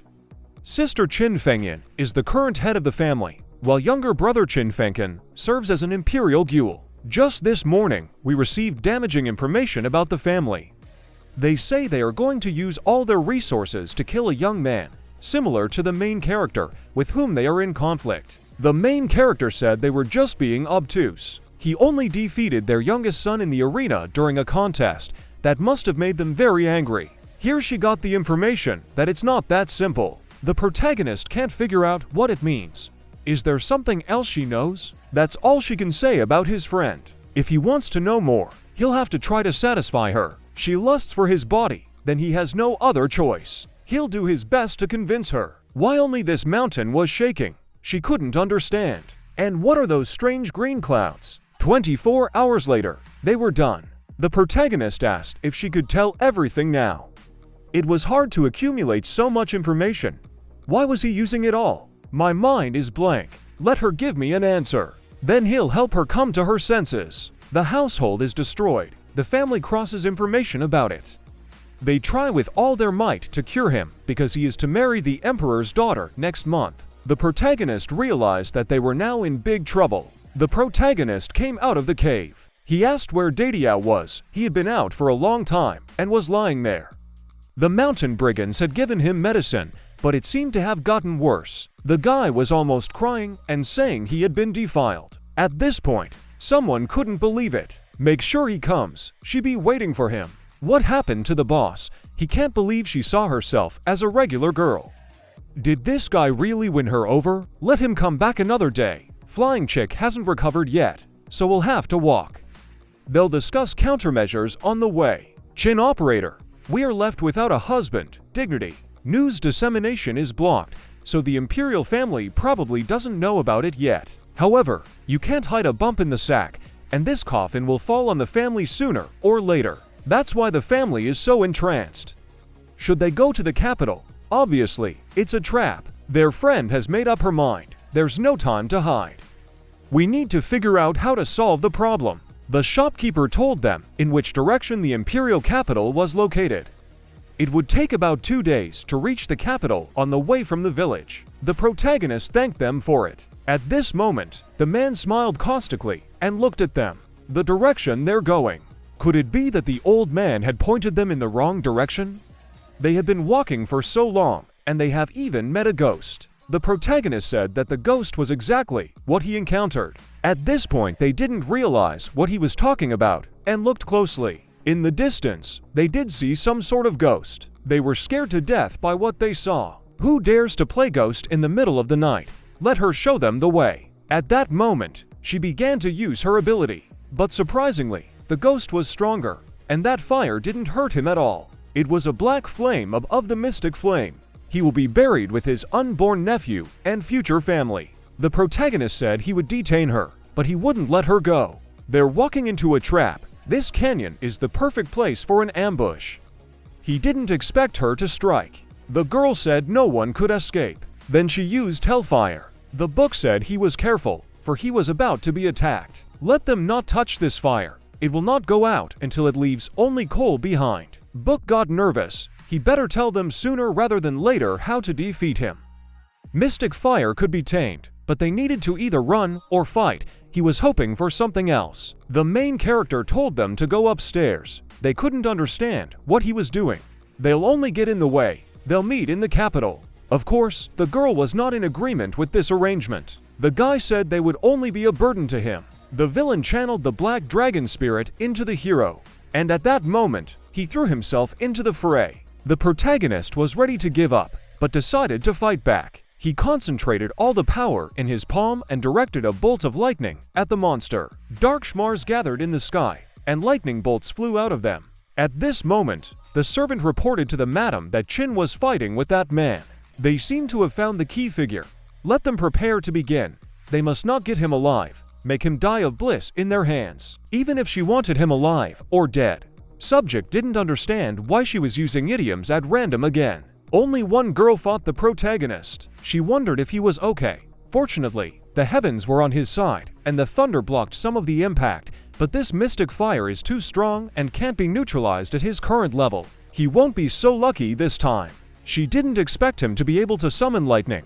No wonder the guy couldn't hit him. You can't just leave a man like that behind. Lu Din realized that just a little more, and he wouldn't be left alive. He didn't freeze her. Why she's not moving? The girl realized it was ice. As it turned out, her clothes were stuck to that ice. I guess when it's too big, it's not always good either. The girl was able to help the emperor. Of course, because of this, she was very happy about the fact. At that moment, he left his spirit beast in ambush. How well thought out it was. Lu Din asked Chin where his friend is. He advises her to cooperate, or else he will be rude. The girl asked, or did he think this little stunt would stop her? Let him watch all he wants. He's dead anyway. Lu Din was clearly not prepared for this turn of events. The protagonist realized that girls are completely unreasonable when they're angry. At this moment, Lu Din started to fall somewhere, but it wasn't clear where. And then, he was under the ground, almost up to his head. Right at this moment, the girl stood right in front of him and looked at him angrily. Then a huge crater formed on the battlefield after her attack. After a while, Lu Din began to be awakened by the book. She told him not to move. It was already late, and the bell that was clipped to his foot rang.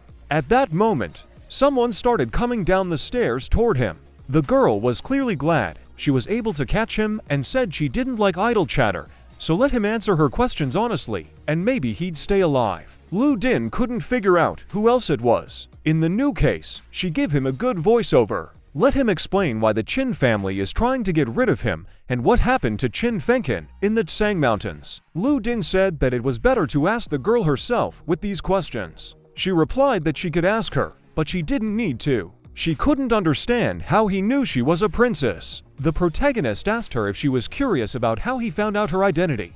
Let her untie him first, and he'll tell the shocking story of why his family makes his life so difficult. Let her believe it. It's very fascinating. In fact, girls have a well-deserved love of gossip from birth. Let him tell how he found out who she was and what secret her family was hiding, for she was an imperial princess named Lun Xingxing. As for her personality, she's pretty much resigned to it. The only person who has motives to do so is the Princess Highness. She tried to make things work, but she was angry that she had been exposed so easily, and if she found out that he was the reason everything happened, she would be angry. Lu Din didn't know what would happen if he told everything. He only knew that he definitely wouldn't be released if he didn't tell. He decided not to give himself away right away. He needed to be more mature next time. He needs to keep his cool, because this is a great chance. He'll tuck her in neatly, and then run away. The protagonist was ready to start attacking the girl stealthily. At this moment, a huge iron gorilla appeared behind him. Lu Din asked to spare his monkey and promised to give it a banana. The girl asked if he was trying to attack her stealthily, and even if he fed the monkey, it wouldn't help him in any way. The girl told the gorilla that she still needed the guy and told him to let him go. She asked what secret Chin was hiding. He'd better not keep quiet, much less try to lie to her. Otherwise, she'd do indecent things to him.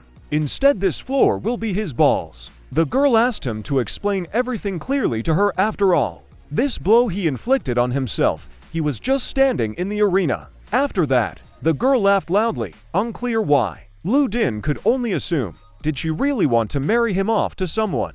The young gentleman was told not to take the medicine so haphazardly. It would harm his body. There's nothing wrong with his body. It can't go on like this. Even if he's in a bad mood, you can't kill innocent people. Wasn't she leaving to avenge him where she killed him? An unforeseen circumstance has arisen, She fears they will have to take the initiative and ask His Majesty to refuse the marriage, why she wants him to become the laughingstock of the world. The protagonist is already aware of his situation.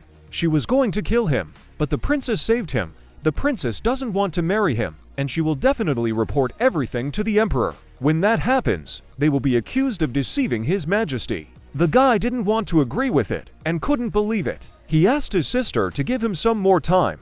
He would surely be cured. She will still become the emperor's wife, and their family will regain their glory. It was useless. They need to face the truth. Tomorrow she will go to the palace and apologize. The guy still didn't want to agree with that. The guy was very angry and said he was being forced, since they were doing it that way. Let them not blame him for doing wrong. The guy, like a puppy, wanted to marry the princess, but the hen flew away. The egg broke. The idiom is quite appropriate here. Since he can, let him help her with the chicken, and she help him save his friend. The girl asked if that was her problem. She saved his life last night, so they're even. Don't let him try to negotiate with her. She have someone bring him back from here tonight. She has a wedding coming up. It's all she thinks about every day. She's definitely going to trash her secret room today. That was her mom. The girl told the boy to quickly follow her. Her mother must not be allowed to see a man in her chambers. The protagonist said it's clearly not his problem anymore. The girl, of course, was very angry with him at this point. She was asked to wait, she would go, and asked the princess to come out. The girl immediately agreed to help save his friend. Lu Din thanked her for it. He tries to stop her again, and go to the scaffold with no right to me means the secret room is hidden in the bathroom. At that moment, the girl noticed the Empress. She told Lu Din to dive in, and not come out, even if the Empress came. At that moment, the Empress walked in. The girl started to ask what brought her here. She was so dizzy from the bath that she didn't even hear her voice. The protagonist couldn't understand how she managed to instantly undress and get into the tub. The Empress said to wait for her outside. If she finds out she's been doing trashy stuff in the secret room again, she'd be grounded. But the girl asked what kind of imperial princess would do something obscene in a secret room in the palace. Lu Din immediately jumped out after that and said that he wouldn't take it anymore. Let him endure, even if he can't. The Empress couldn't understand what to tolerate. The girl said she meant the bathtub was too hot, but she tolerated it and continued to sit here. After that, the Empress hesitated. Lu Din underwater realized that he needed to calm down. As long as he didn't look there, he wouldn't have a rapid heartbeat and increased oxygen consumption, so he would have no problem staying underwater until the Empress left. Just at that moment, he noticed that the Empress had also climbed into the bathtub. Today was a busy day, so she's going for a little swim too. Even though she's not a real mom and not much older than her, but she's really doing it for her own good. The girl at this point looked at her very intently. Now that their country is facing a threat from the Baxiong state, chaos cannot be allowed to arise within the country after the death of the head of the family on the battlefield, and their influence has fallen significantly. They are about to fall out of the four most powerful families of the empire. The Zhao, Yi and Chu families throw stones at the fallen man in the well, and the other families take the place of the four is clearly illegal, so the established stable structure of the four great families should not be disturbed. Lu Din at this moment underwater tolerated as much as he could. He realized that he was not allowed to watch. By betrothing her to a guy, they want the outside world to know that the imperial family supports the Qin family. No one would do anything reckless. She understands and knows she's working hard. There was a reason she decided to talk to her openly about it. She offered to try on clothes afterward. The palace office had just sent new ones, and after the fitting, they could go into town for dessert. She knows a place that serves the new apricot scones. When Lu Din surfaced, he couldn't understand what he had done to the Empress. He apologized, but he was already on edge, so he had to put her down for a while. The Empress was indeed sound asleep at this moment. She'd be asleep for about an hour, so please get him out of here soon. The girl said this is a palace and there are guards everywhere. It's better to wait before going out. At that moment, someone burst into the bathroom. Lu Din asked why their guards were dressed so strangely, but they were assassins, not guards. The stranger said that here they were, meeting again. Lu Din visibly recognized this voice immediately. It was Qin Fengyan, and the girl couldn't understand how he had the nerve to invade the palace. The guy told her not to yell at him. Not only did he invade, but he's going to kidnap her because she despised him. Today he's going to show her who's boss. There's too many of them. They have to run, or no one will get out of here. The girl decided to summon the gorilla. Lu Din had completely forgotten about it. This beast was not easy to deal with. At this point, the guy started fighting the gorilla. The girl was really starting to get nervous for the gorilla, for she realized he was losing. When the monkey started to fall right on top of them, Lu Din pushed the girl to save her. And at that moment, the gorilla flew right out of the building. How will he retaliate if he sent Lu Din to an unknown location? Stop talking nonsense. The Imperial Guard should be on their way here by now. They need to leave immediately. At this moment, Lu Din had just landed somewhere. When he woke up, he realized that he was in unbearable pain. At this point, he decided to look around, but he couldn't figure out where he was. He was glad that at least none of the officials were around. Everyone was already out of compliance. At that moment, he realized that he had landed right on top of His Majesty. Lu Din said, so they shouldn't waste time on him. Better hurry up and head out to rescue the princess. They both searched the palace, but the princess was nowhere to be found, and he is afraid that the criminals took her hostage and escaped. It is necessary to subject him to severe torture. Then he will definitely confess everything. That's the accusation. He was in the same group as the princess. He was there, saw the guy take her inside. The Empress couldn't understand. If he was there, then why she hadn't seen him then? Where was he hiding? Lu Din realized that he wouldn't speak. It was better to let him be tortured already. He couldn't say that he was sitting underwater and admiring the view. The Emperor decided not to waste time on him. It was more important to save the princess now. First, let them send people to the Qin family to find and bring the guy here. Lu Din thought that this was exactly what was to be expected from the country's ruler, immediately focusing on what was important. As to whether he was wrongly accused or not, they will sort it out later. Lu Din now thought that this was definitely the dumbest ruler ever. A worthy spiritual beast of the imperial family. He can even paint with a brush. Looks like he wasn't lying. The criminal was indeed that guy. The monkey also proved that he saved the princess at a critical moment, but why would he go to such a crime?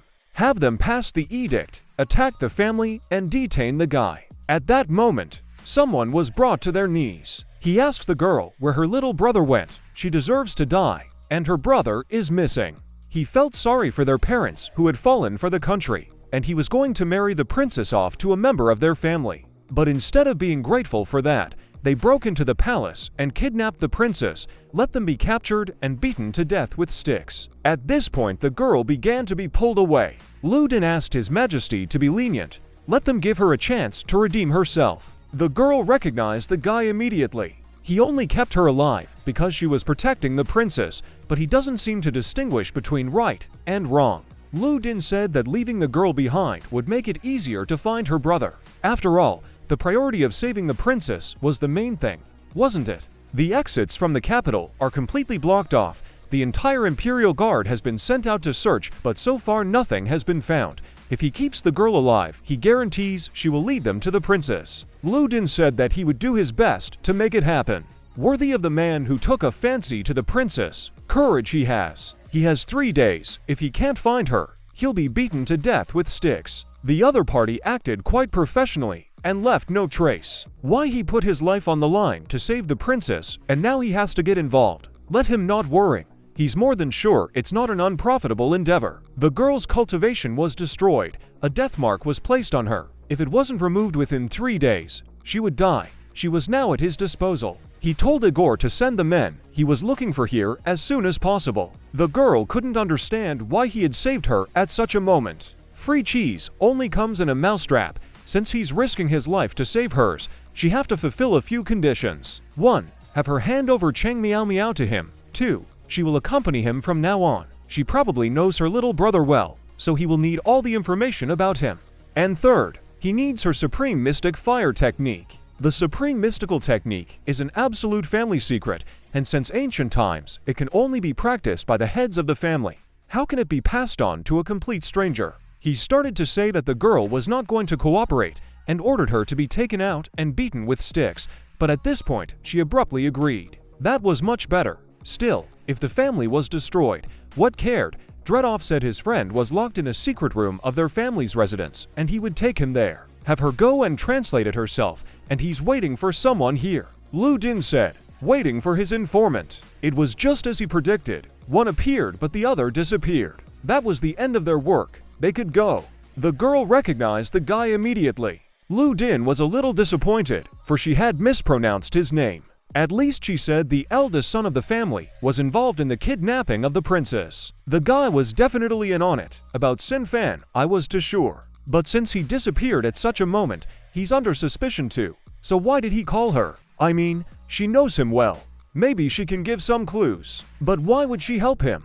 It is the duty of every courtier to rescue the princess. Being in the Imperial Guard, she must cooperate with him. Otherwise, he would file a complaint against them in front of the emperor. And then at best it would end in confiscation of property, and at worst their entire clan would suffer. Her father is a great king of perfect virtues. Even the emperor should call him Your Highness. If we talk about seniority, he is considered above Her Majesty, and he still wants to make a complaint. He said he didn't want that. He could see she was trying hard. But the princess still called her auntie, and it would be wrong not to save her. She help if he agrees to one condition. She said she hasn't thought of him yet, and will tell him later. Which means she only give the information when she's thought about the terms, but he agrees and let him speak right away. The two often traveled out of town to play, but never told her where they were going. She only saw the emblem on the supplies they carried. If outsiders were involved in the kidnapping, these are the only masters possibly connected to that place. She's sure the emblem looked like this. At that moment, the main character was visited by his girlfriend. She knew he was coming to save her. And now that his crotch was in the crosshairs, let him say what he meant by ugly. He noticed she had a good memory. He thinks the older one was a sorcerer. Whether the family can be saved depends on their speed. Time is short. She has already brought her friend to him. Where will he look next? The guy could be associated with an organization with that emblem. Had she ever seen it? The girl apparently recognized the emblem immediately. Some man said he had never seen this emblem before. I mean, he's in charge of trading intelligence across the country. How can he not know that? But he's not a know-it-all. They have evidence that he is deliberately withholding information. The girl was very angry with him at this point, oddly enough. However, there is a beauty like the head of the family to help him relax. He might be able to remember something. He jokes, he doesn't even know if he can remember. He can only be sure when he relaxes. At this moment, Lu Din decided to have a little chat with him as well. The quality of his desk is so bad that it fell apart on its own. Don't let him bullshit, he's the one who broke it. The princess's whereabouts are unknown, and he's giving them a scandal. A deservedly broken table, to put it mildly. He disrespects His Majesty and obstructs the investigation. Taking a broader view of the situation, he is cooperating with the criminals and hindering the rescue operation. So what should he report to the emperor? The men realized at that moment that they were not to be trifled with. Misunderstanding. It's all a misunderstanding. How can he prevent them? Now he will check everything. Let them follow him. The girl realized that he was really good at this. They kept prodding him about how he could be so bad at his job. There is really no information about this emblem in the information book. Either such an organization simply does not exist, or it is so classified that even the forces of the empire do not have enough resources to get information about it. Lu Din looked at it carefully and thought for a moment. He told them to take care of themselves and thanked them for their hard work. Even the reconnaissance pavilion was powerless here. Maybe they still had one more person who could help. Let her stay in the city and keep looking for Dadiao. He'll be gone for a while, but he'll be back soon. The girl couldn't realize that he wanted to trade information again. The conditions are the same, but he's in a hurry and will try to do it in 2 hours. She said it's free this time. She hasn't recovered from the last time. He needs information about this emblem. Originally, he was going to ask her during another case. The girl immediately asked why he was interested in this organization. Lu Din realized that they seemed to have come to the right place. The princess might have been kidnapped by this organization, and they would be able to rescue her. If someone else were to ask these questions, they would definitely be told they don't know anything. But why would they be interested in it? This organization is called the White Tiger Hall. It's the largest underground gang on the continent, with countless experts and riches that could match an entire empire. They have ruined 3 countries in the last 5 years. Their power surpasses that of the great empire emperor. The gap between them is too great. Decent opponents, it's a bit stressful, will have to be more serious. After all, both sides are above the emperor. The girl was slightly surprised at the way he started to answer. The White Tiger Hall is too powerful. If he finds out too much about them, he might get killed. He specifically asked the palace artisans to make a magic wand-sized 1-to-1 according to his measurements. He wanted to give it to the man that fate had brought him together with. The girl said she could give a clue. She has supernatural information that there is an infiltrated agent of the White Tiger Hall in the palace. If they find him, they can get a tip. It's someone high up, a minister or a general. The girl said it was another hint. She meant that it was a member of the ruling family, but she didn't specify anything. If the White Tiger Hall is involved, it would be advantageous for them to kidnap as many members of the imperial family as possible. But she was left at the scene. That's it. He's smart, so he should have figured it out by now. Lu Din thanked her and said that they should go back soon.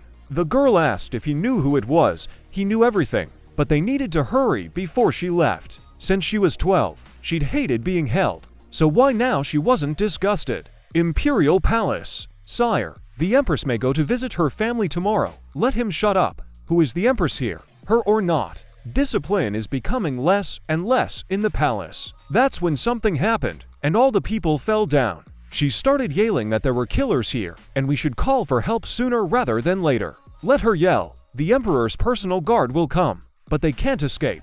She couldn't understand what they were doing here. Why didn't they take her away then? What could make her under suspicion? Isn't it because she's in such a hurry to leave? She's so afraid of it. She did what she was supposed to do. Why do they keep harassing her? They agreed to pay her back the promissory note. Why still haven't they done it? Because she didn't do enough, of course. They are clearly not members of the organization. Otherwise, how could it be mired in debt because of gambling? Let them not force it if they don't want to fight to the death. The Empress was framed by the White Tiger Hall and owed a huge gambling debt. The promissory note became leverage for who he even was. Lu Din took off his mask and said that he was the one who could help her. The Empress was of course furious. Such insolence on their part. As the wife of the country's ruler, she became addicted to gambling. Her first offense. As Empress, she brought wolves into the house. Her second offense. Being a mother, she mortgaged her daughter to pay her debt.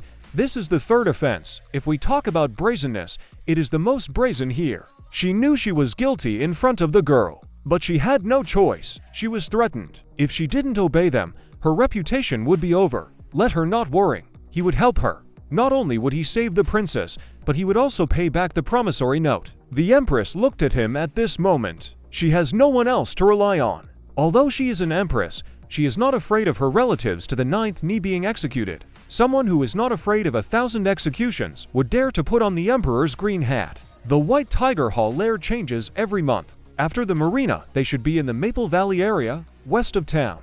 They regularly provide entertainment for dignitaries. Whether it's through beauty or gambling, they end up latching on to these people. The White Tiger Hall is full of experts, said to be controlled by a strong person at the 9th level of the heavenly source. Given his power, it's almost impossible to save the princess.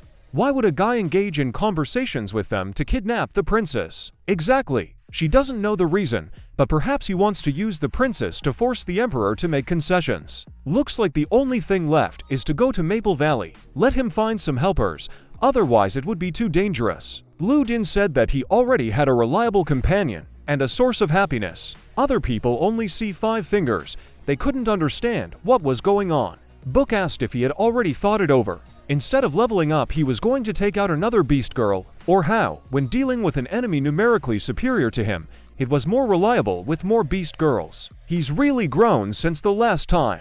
At this point, one could see an incredible amount of light in the building. Then a girl appeared and asked where her emperor had disappeared to. The girl was very glad she had finally gotten out. Lu Din asked the book why the letter Ukyu on her chest transforms her reared body into thunder energy. Her chest displays how much thunder energy she currently has stored in her. For example, if she has very little reserve, it's worth waiting a bit, and that letter will turn into a V. Pretty attentive, isn't it? Just one beast girl can help with 26 kinds of pleasure. But her drawback is that she's unstable. If you start interacting with her intelligently on electricity, there could be a problem. So it's best to keep her away. Lu Din said, letting her charge in for now. Let her stop playing and come here. A lightning and thunderbolt sparkling girl named Ukyu. Lu Din said, would she have been able to get out without the Beast Emperor? Let her come over and say thank you. The girl at this moment was very happy to see the Beast Emperor. She immediately pounced on him for a hug. But Lu Din bounced away from her, for she was all at the mercy of electricity. And just at that moment, Dadiao appeared. The girl's quality was confirmed. She was very good, Shen. The location of the second uncle has been confirmed. This time he won't repeat the mistake like he did with Tits and the bears. When he tried to kiss her, of course, he immediately got a jolt of electricity. Poor child. Why does he never take advice? She didn't have time to stop him. They were a little late. What had already happened? Lu Din was glad that they had finally arrived. They should immediately head out of town to rescue the princess. The guy at this point seemed to wake up. He actually stood right in front of his uncle. Can he give him a chance to be the protagonist in this mission to save the princess? When he was a child, his father had high hopes for him with hieroglyphics on her back. The guy decided to show off his tattoos. Wealth like a whole country, 10,000 gold, get gold every day, get rich, attract wealth, and possess treasure. His father's will has always been in his heart. Only by saving the princess will he be able to reach the sky in one step, so this opportunity is very important to him. Let him get dressed first, or he'll catch a cold. The poor thing has been cheated for so many years, and why did the city do it? Perhaps he wanted to make two wishes at once. It's quite in his spirit. The princess is still in their hands, so they can't move to the right. All they have to do is outsmart them. A plan to pretend to be a rich man from the imperial capital who wants to gamble will lead them to their goal with him. Dao should pretend to be a servant and, after infiltrating, go to secretly search for the princess's whereabouts. Once they figure out where the hostage is being held, things will get easier. At that moment, someone blocked their way. The village is in the process of building a road. Can't go any farther. Let them turn around and go back. His master had heard that there were places to play and have fun around here somewhere. Maybe one of them would know where to go. He was asked who he was and offered to undress behind a curtain to show himself. At this moment, they saw Lu Din. Lu Din asked his assistant, "Let him calm down. The job is still waiting. If he could trade places with him, he'd be a happy second uncle." Why should she pretend to be his soothsayer? It's called blowing smoke in your eyes. Lu Din looked out to see where they had come to. Not surprisingly, the white tiger hall moves frequently, their lair being built on the back of a turtle. Let them watch their feet. If they fall, it will be his responsibility. Let him lead them rather. Second uncle is a man of his word. He is really going forward. Couldn't the trail be paved? Why do they have such a hard time? The lair is easier to defend, but hard to attack. Maybe there is some design to it. Lu Din asked, or he didn't think so. But they're talking utter nonsense, in his opinion. Good heavens, is it really that lively in here? They were welcomed into the White Tiger Hall. The girl accompanying them is simply called Ziying. The hero asked if that's all they have for entertainment. Of course not. The hall always focuses on a variety of fun and entertainment. For example, there's a program to break a rock lying on a person's chest with a hammer. It's both tense and explosive fun. You can place baits on which rock will break. Another example is the red apple throwing program, which focuses on participants. He was asked what he would like to experience. Since it has new prices that are no longer relevant, is there anything interesting about it? 3 women had already been filmed, but he still wanted more. Have them describe it in one word. Why are they looking at him like that? Shouldn't he have said something too? Master is indeed a wonderful person with a wide range of interests. Now Ziying understood everything and will arrange everything. All the beauties here are of all different types, and he can pick anyone he wants. At this point, he was greeted. Lu Din asked, "Is this all? This is not interesting at all. This is the main calling card of the group of beauties. Maybe he's interested in a particular type. Needs something more expensive. Does she realize that?" She realized that girls like this cost a lot of money and clarified his financial status. At this moment, Lu Din demonstrated his condition. He then asked the girl if that was enough. The girl's eyes lit up and she said that was good enough. She asked to wait a while and promised to see if there was anything suitable. At this moment, Lu Din decided to drop a spider on her. She sat right on top of the girl. All that was left was to wait a bit. Did he really think she would be allowed to go out and keep him company? Of course not. The person she was going to consult with probably knew where the princess was. At this point, the girl was going where she needed to go. She was told she could come in. She asked Ji and reported that a rich man wanted to take a woman from an official family, if they had any. Let her pick someone up herself and send them away. It was the White Tiger Hall. If the elder made the princess obey, she could be sent out to earn some money. Let him watch his language. The boss will be here soon. Do you want to spoil his plans? He's just kidding. Don't let him get mad. It was at this point that the spider began to act up. Lu Din said that the spider had signaled and they needed to go. When the girl came out, she couldn't understand what was going on. Lu Din asked what they were going to do. The less chaotic the situation is, the better for them. There are many people on the other side, and they are all masters. Let them rush to their aid. A moment later, they realized that all the guards had already left. Whoever did it really helped them a lot. There were probably no guards left inside. The girl couldn't understand what Dadiao was doing. He of course saves the princess. He's a giant of thought and deed. As he walked in, he said there was a loud explosion and Dao burst into flames. How strange. Poor Anton noticed all those men. He didn't understand. Hadn't they said there were no guards left here? The girl was asked if she knew it was the servant of the one who wanted to take the night daughter. I see. So he's here for the rescue. The attackers are with him too. He's not here to save the princess. Then how did he know they had a princess? The man then realized he was lying and started attacking him. The guy, of course, immediately started fighting them. The guy killed all the remaining enemies. But it wasn't quite like that. Someone had opened a secret door. They had to go after him. There might be a surprise waiting for them.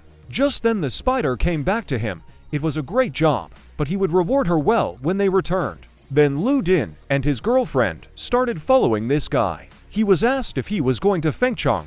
He thought he was, but he felt like it wasn't the same here. At that moment the guy turned around. He thought he saw that guy somewhere. He was from the same group as them. He realized what a big mistake he had made as he personally watched her not want to beat him here.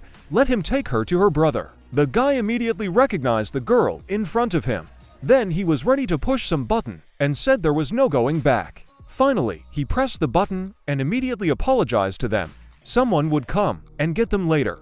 Let them enjoy the last moments of their lives. After that, the whole staircase started to collapse. After a while, they all went down together. Lu Din realized that the guy was a real bastard. The walls are too smooth. They won't be able to climb them. If they just wait for the White Tiger representatives to finish mopping up the intruders, they'll be in trouble. Is there really no other way out? Then someone asked them if they had come to rescue the princess. They all turned around together to see who it was. It was the Emperor's personal Imperial Guard. They are His Majesty's search and rescue squad. They have a warrant to prove it. What the Emperor's personal Imperial Guard is doing here. Liang Qingqing is the commander of the 2nd Battalion of the Imperial Guard. Under His Majesty's orders, she led an attack on the White Tiger Hall. Failed. The personal Imperial Guard suffered a great loss. She had no choice but to hide here. Lu Din asked what happened.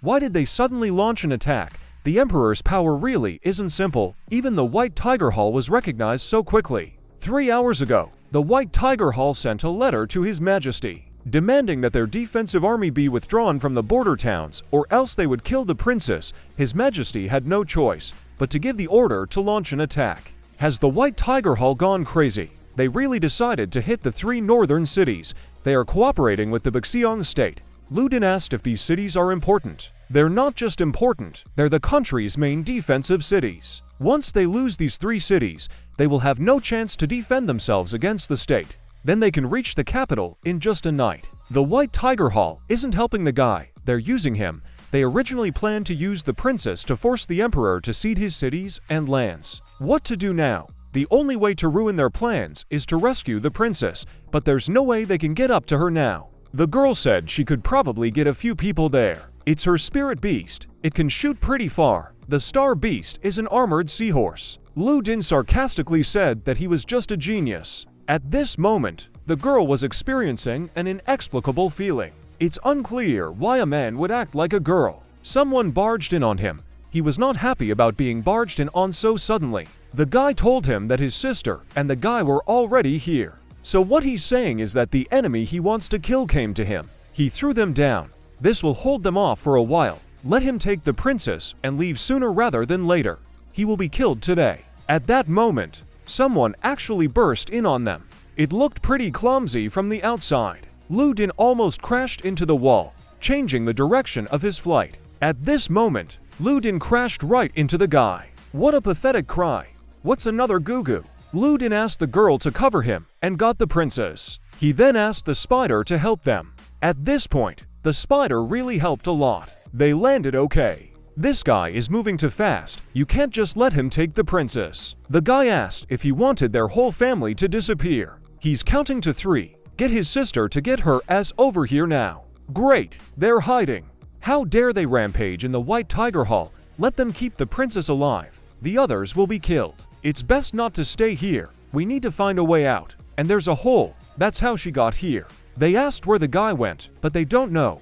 Maybe he's already been captured. He promised him to rescue the princess. We need to hurry so he can play his part. The princess wakes up when she is rescued by Savior Dao. At this point, she's really about to wake up. The guy waved his hand and said he was here. That's all he can do for him. Let him catch the princess. Even if he was beaten with a dozen beams, slashed with knives or rods, he was beaten to death. All the hard work, pain and toil made sense in that moment. At that moment, she actually woke up. He said he was a single man and was deeply touched at first sight. The girl immediately thought he was a monster and flung him away from her. How many mistakes the griffin had made in his past life that he was so unlucky in this one. However, the protagonist princess was very happy. She was glad that he had come to rescue her, for the wretch had kidnapped her. When it would be his turn to experience sweet love, he couldn't figure out. The girl said they had to get out of here. She blocked the exit with fire. The guy couldn't understand the meaning of life and begged to be allowed to die. The guy was pissed that they let them get away with it. Someone put a hand on his shoulder and said, much to his disappointment,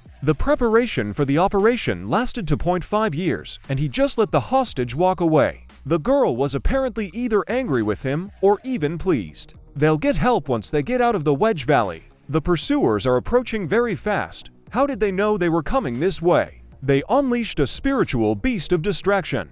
The 8-star spiritual beast is a 2-headed tracker. The princess stopped and said she couldn't run anymore. She was very tired. Lu Din asked if she wanted them to be caught and brought back. You can't get away from them anyway. You have to fight. They have nothing to lose. Lu Din said that it would be a fight to the death. They couldn't figure out what the connection was or why it was blinding them so much. The boy realized that it was time to strike again in a time of mortal danger.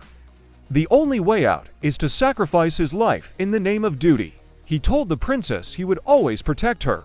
Now he must be so damn adorable. At this point, he had yesterday's salad stuck in his teeth. They were a little surprised at the guy's behavior. If they are destined to meet again in this life, will he be able to get a kiss from the princess? He looked really great at that moment. He said to attack right up front. At that moment he met the enemy. Don't let them take one step further, or they'll have to step over him. At that moment the dogs pounced on him. He said he'd finish him off with one punch. And that's what happened. The guy was attacked. He was sent almost into the stratosphere, but he managed to shout that he would still come back. His spirit beast remained in front of them, who was clearly frightened by the situation. Now they are left all alone and with little or no support. The man looked familiar. Lu Din was surprised, for they had just separated. He asked his second uncle to help him. Lu Din asked why he was running ahead of everyone else, and at this moment, he slipped up and was attacked shamelessly. They couldn't go any further, and the girl didn't understand why. The forest around the White Tiger Hall. If they go any further, they will fall into the trap of the White Tiger Hall ambush squad. Lu Din and the others, as well as the pursuit team, were in this section. The princess didn't understand why they were afraid to just run and barge in. Lu Din said that they needed to move in the other direction, but no one understood why they were turning around. At this point, they were still searching for the runaways. The dog obviously smelled something behind him. At that moment, the dog turned back around. The boy didn't understand where he wanted to go. Let him try to take one step back, about to turn around and walk back because it's dinner time. Handiwork is a blessing. Let him be thankful, otherwise he'll make soup out of it. They could smell Lu Din and the others. He pretended to sniff and kept walking. Even the dog, frankly, didn't realize what he was doing. They couldn't understand why he had returned without breaking in from ambush, so they need to take a riding animal to break through. The girl asked if they were here to get horses. They need something bigger for that. Lu Din is going to ride the turtle. Everyone, of course, believed him at this point, for it sounded like nonsense. All troublemakers have been eliminated, and they can't have any fun. At that moment, they met again. The girl, inexplicably, immediately fell into a corner. Let them stay outside. She didn't know what to do. Lu Din asked how the turtles were managed. The girl didn't know anything and didn't want to say anything, though she tried in a nice way. Then let her not blame him for his age and treatment of women. Ludin asked what he was going to do with her. He turned to the second uncle and said that he thought the girl looked pretty good. Could he ask the spider to do him a favor, let him pick his moment, and interrogate her properly? They need all the information they can get. What is she doing? Let them let her go. At that moment, the spider bit her. The effect will show up in 10 seconds. The guest said he could stay and help him, but he'd better guard outside. No way he's opening the door until he gets information. Lastly, Ludin told him to hurry up, as he only had 10 minutes. Defeat is the mother of success. After all those countless failures and accidents are definitely not going to happen. What's that wildcat calling him? The girl said she couldn't wait. She would tell him everything he wanted to know. He'll make her hold on and call herself daddy. Let him lie down soon. She can't wait long. He couldn't understand why she was doing this. All the attendants were from Sawadaka. She decided to pounce on him like he wanted. At that moment, they struck with their swords. The guy started yelling for help to come to him. Let him hold on. It's too early to put the gun down. We need to get all the information first. So why is he screaming like that? Maybe he's too horny. Sounds like a castrated rooster. The sound stopped. Was it over? Was it over? What was even happening? It sounded so tragic. At this point, the guy came out of the room covered in kisses on his body. The control room is on the back of the turtle's neck in a secret room. Let them ask no questions and move on. When the guy walked, he left a trail behind him. The secret room turned out to be quite spacious. The man who was sitting there was abruptly awakened. Ludin couldn't figure out if it was the controller that was controlling the turtle's movement. How does it all work? You just have to flip the crystal on the turtle shell, but only Bro can do that. What nonsense! How can a turtle know who touches the crystal? Mystic Turtle knows. She used to bully male turtles. Later her brother caught her and often electrocuted her in the balls. That's why she's so afraid of him. So, in order for the turtle to obey, it has to be intimidated. This proved to be quite difficult, and Ludin called out to the girl for help. That's when she just appeared. The size of the turtle was simply enormous. The girl then started yelling that she was using electric shocks. At this point, the turtle received a strong electric shock. Have her reduce the strength of the discharge and let it out. If she doesn't behave, we'll have to shock her again.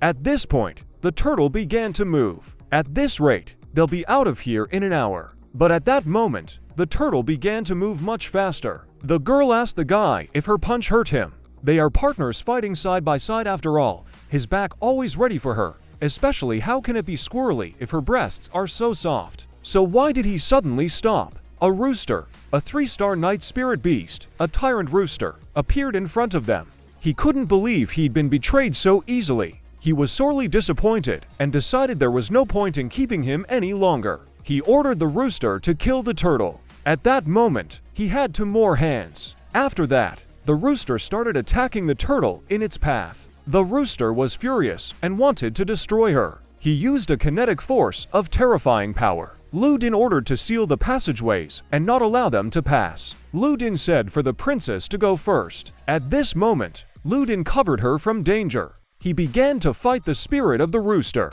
It was definitely that rooster, hard as steel. Don't let the princess be afraid. He'll save her. He'll go up and hold off that rooster. She let him find a way to get the princess. The guy said there was no harm in dreaming and press some button.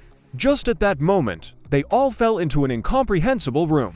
Ludin realized that it was time to use the spider. The girl just showed up when it was needed most. Just at that moment, they got lucky and escaped the spikes at the bottom of the pit. They landed right in some other place. The protagonist yelled out to be saved. He can't even break through the golden armor of the tyrant's rooster if he rushes towards it. So what now? He can't just turn his back on them. Let him not worry. He had already forgotten that he had a killing tool left, the dragon bone. If you recycle joint weapons, no gold armor can resist. But he doesn't have the supreme mystic flame yet. Can the girl be allowed to refine the bone? Processing requires a large amount of energy, which she can replenish thanks to her special physique. But she can't do that. Forced enhancement would be life-threatening. But there is always a way out. Let him think hard. He didn't expect his opponent to be this good. If he needed to obtain the supreme mystic fire as soon as possible, there was a quick way to do so. The protagonist wondered what the method was. With a pair, cultivation will channel the power of her body's mystic fire to him. No matter how worried he was, there was no need to talk air. He could have directly asked, not that she would mind. Lu Din couldn't understand if it was really possible to transfer techniques through paired cultivation. Then no wonder Liu Tiju used such a shameful pose to practice. The girl said there was no other way around it. If he was against it, let him just say so. He has lived openly and honestly all his life. If it wasn't a last resort, he would have done things differently. He wouldn't go easy on himself. At that moment, the guy was able to protect the princess properly. They're just a bunch of losers, winter-like, can't handle them. With such skill, they aren't even worthy of even putting on his shoes. Brother back on the right track. He can't believe he managed to escape. That boy's a pest. He'll deal with him himself. Let him stay here and use the crystal to wake up the turtle and start heading for the border. Little princess, why don't she keep him company and go with him to find those two blacksmiths? The emperor decided not to go along with them. Let him not blame them. When they return Basin, he will take his treasure and quietly acquire his prostitute. Just at that moment, something popped into his head. The guy said they haven't given up yet. Don't let them think of bringing the turtle into motion. He was furious and asked him about death. Dadiao is a man who wants to follow the second uncle. He can't be beaten by a guy like him. He has the courage. Let him show his full strength. But at that moment, he felt an unbearable pain. As it turned out, his spirit animal bit him right on the spot. Of course, he was furious and scattered the two of them. Can't have him waking up the turtle. The guy said they have to buy time for the second one. Since he's so eager to die, he'll help him. It's time to show him his real power. The guy could figure out what kind of smoke bomb disguised as a jade pendant to hold a spirit beast. Let them keep the smoke from spreading. The girl told her to leave it to him. The guy could understand what these childish tricks were. They had the best charms in the world. Smoke and fog wouldn't change a thing. All it takes is a good sniff. It was the devil's chili powder. Just at that moment, they began to attack them. The guy didn't expect this turn of events and didn't even have time to react. At that moment, the guy was pinned down by these blocks of ice. The guy was rejoicing with his beast that they had one, and they weren't abuser now. The guy was telling them to check it out thoroughly. They, strangely enough, began to carry out their order. Even under such circumstances, the lad persevered. Just then, the main character appeared and immediately apologized sarcastically. But the guy can't get out of bed yet. There's one dog following him all the way. It's time to beat him up. He immediately noticed the black flame and was surprised that it was so close to the girl. It's a mystical black flame. Unfortunately, their power armor was forged specifically against black fire. It wouldn't be able to burn even the hair of his warriors. I can see why the family suffered losses in the north. It appears they were well prepared for the battle. Let him be careful. The victim's mithril armor is resistant and non-flammable, so fire is useless against them. Of course that's bad. What? He mastered it for nothing. The warriors were ready to immediately launch an attack on the guy. That's when he began to be attacked altogether. Lu Ding said he had one more question. Their armor has such good protection against fire, which means their conductivity is also excellent. The warriors clearly didn't expect this turn of events, and right at that moment, an electric shock passed through. Where was the princess? Don't let him worry. She's with the White Tiger Hall chapter, and she'd be fine for the time being. He just took one random hit, and didn't expect the power of this weapon to be so incredible. The dragon bone had been stored for thousands of years. It could be said that the energy absorbed by it was infinite. If he released 1 point of true energy, the dragon bone would increase it by 10 times. His treasure is now named Lun Yuan's. At this point, a watershed character emerged. He really pissed the guy off, and he was furious. We need to value peace. Why don't they work things out by law? He will send him to the afterlife to show his true power. Let the undefeated 3 come out. The uncrowned king of the muscle world is the tyrant rooster. The fastest rooster thrower is the usurper, a future star in this powerful trio. They're a superstar band that travels the continent and pretends to be in the state. Lu Din can't understand why his team is all roosters. He hasn't seen his spirit beasts yet. He hopes he at least has strong beasts. He didn't set out to kill these lowlifes, whether cat or dog. Let it show. He's clearly depressed. Let him lead him to the powers that be, and then he'll introduce them. Lu Din began to introduce them. He couldn't figure out why the hell he had all the pretty girls and all the roosters. Muscle and strength are exactly what the spirit beasts of a true match should be. They go back again. This time he wants to try out his new weapon. Even if he doesn't even try to repeat his trick, at least he knows how he's training them. Each chicken beckon in his secret sauce for 75 days. Only then can their skin and bones be forged into steel and repeatedly fry in a red-hot pan. Forever kept his muscles plump and juicy, they gained an impenetrable golden skin. In addition, he also seasoned them with 18 spiritual aromatic tonic herbs. In hot juice they show the most power. Let him stop talking. Isn't this chicken training? It's obviously a recipe for cooking chicken. So, it's going to be electricity, or ice, fire, earth, any element doesn't matter to them. The protagonist didn't care. He decided to deal with it right away. The guy couldn't believe it was actually real. Even without enhancement with all sorts of elements, it cuts so well. Just a super sword. Lu Din said that it was his turn now. Let him drop his sword or he'll kill the princess. This guy's weapon is too strong. If he makes him throw away his blade, the situation will stabilize. The main strain is that it was a very large pallet, and immediately threw away the sword. He's still too green to fight him. At this moment, he was unable to hold the sword, and it fell straight to the ground. The guy used all his strength to pick it up, but couldn't do it. Lu Din couldn't understand what was going on. After the dragon bone gets to the master, no one else can pick it up. Great, now that he threw away his weapon, a fair bare-knuckle fight would be better. You can see he couldn't take it. At that moment, the guy felt something. Let him receive. Lu Din couldn't understand what this strange skill was. Right at this moment, Lu Din managed to dodge. He asked if Lu Din pantsed his pants. His ass is unmatched in the world. Let him try to put anything against it. Lu Din couldn't understand who would want to fight his ass. Even at death's doorstep he is so arrogant. Let him go to hell. This guy is too good at dodging. It's not going to work that way. You need bait to lure him in, and he's got it. He's good at dodging, then he'll start with her. The guy realized things were bad. Lu Din realized that he needed to protect the princess, so he opened up to him. Just at that moment, the guy started attacking him. Unfortunately for him, he landed his ass right on that sword. Of course, the guy felt unbearable pain at that moment. Lu Din realized that his sword was soiled. Don't panic, it's only a minor injury. If he gets rid of it, he can keep fighting.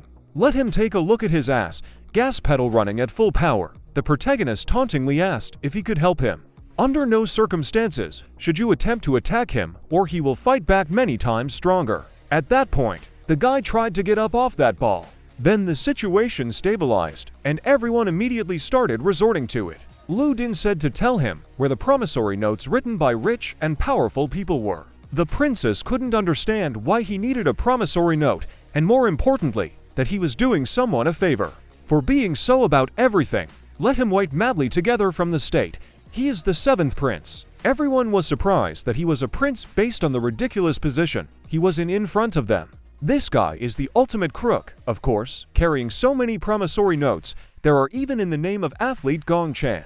The girl asked what he would do with the prince, and if they would take him with them, hand him over to the emperor. They say the emperor is overprotective. He'll probably get furious when he finds out his son has been taken prisoner. Instead of taking him, it's better to kill him than pretend you don't know anything. If there's no evidence left, the state will have no reason to attack. They were asked, or criminals gathered. This was worthy of his elite imperial troops. This was a secret city defense assignment of the head of the Zhao 7, Zhao Shang, a sworn enemy of the Qin 7. He is in charge of the security of the imperial capital, so saw the situation resolved, came to take credit for himself. His servant has come to rescue the princess. Not really in a hurry, but clearly picked a moment to show up.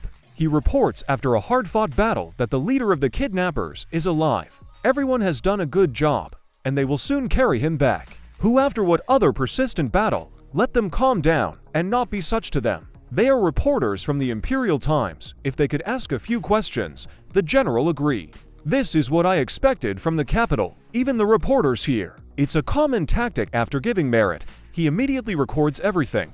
That way the imperial family is more willing to believe his words without even reading how many people's achievements he stole in this way. No one understands salvation better than he does. No one can be sure. As long as he is responsible for guarding the city, he will ensure everyone's safety. The kidnapper's name this time is Shen, and he is very arrogant. A little later will not be able to draw his portraits and distribute to the public. The general suggested we start doing a portrait. The young man advises better behavior. He needs to understand who is in charge. If he doesn't know what he can and can't do, things can end badly. He wanted to say that this guy's personality was quite unusual, and it was best not to reveal it yet. He was the 7th prince of the Baxiang country. That's when he wondered what the papers would look like with all the faces. His senses realized that these roads were well informed. They even knew that he was the emperor's son. So they're gonna start figuring out who brought him here. He knew nothing about it. Let His Highness investigate.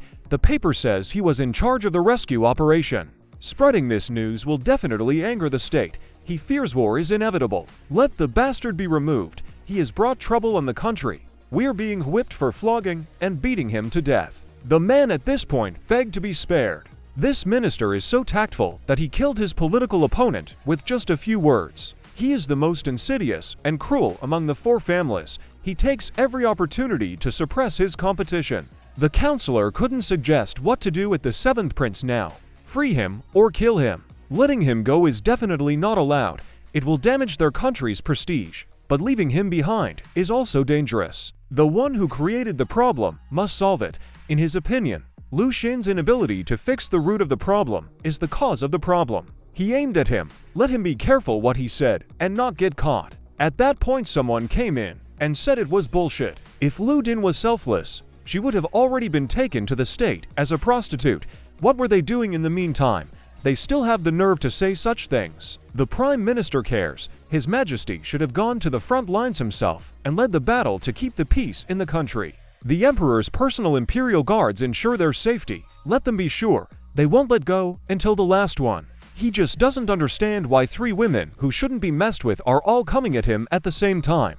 What he insulted them with. These 3 together are much more capable. For some reason, he feels a certain strangeness. Lu Din proved himself by fighting all the bandits single-handedly. His Majesty should reward him well afterward. Everyone immediately agreed on it, but he hadn't said anything yet, whether he was the emperor or what. However, there is one more person to deal with. This whole incident started because of the Qin family. Let him not kill their current head. People's anger will not be quelled. He asked where her little brother was. At that time the situation was chaotic and she failed to retrieve him.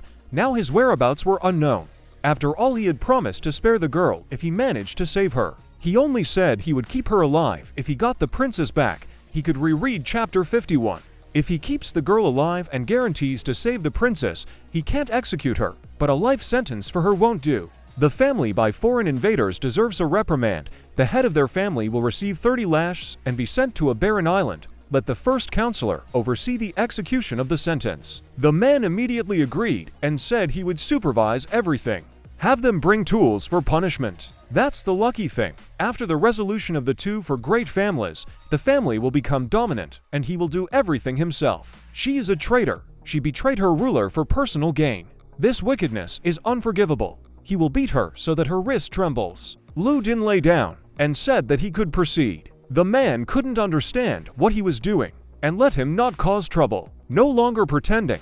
He will reveal the cards. He is the head of the family. Of course, everyone immediately did not believe this nonsense. The girl, realizing that she was not capable enough, decided to cede her position as head to him, the proof being the supreme mystical fire that only the head of the family can cultivate. If His Majesty wants to punish him, he won't resist me. But his last name is different. How can he be the head of the CMY?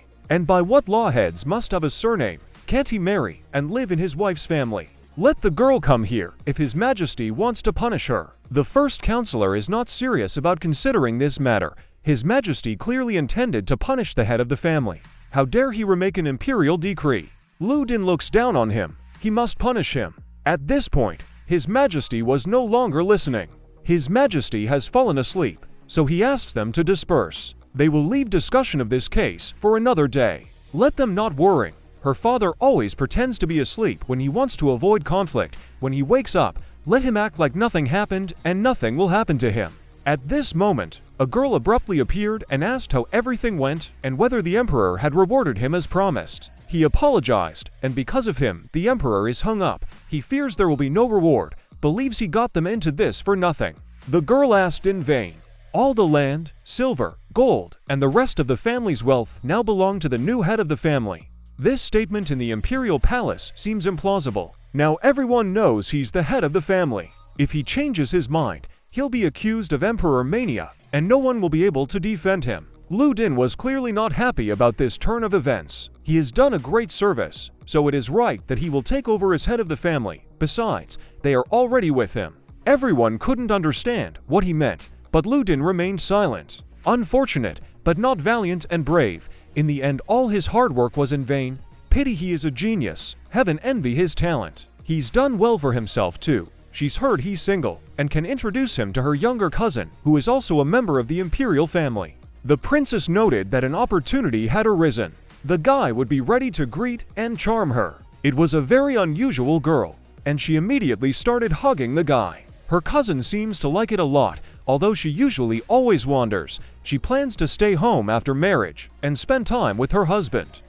He thinks the guy won't be living here for more than half a month at most. Lu Din asked a little late. A message has arrived from the state requesting an exchange of hostages. His Majesty invites you to return and discuss the situation.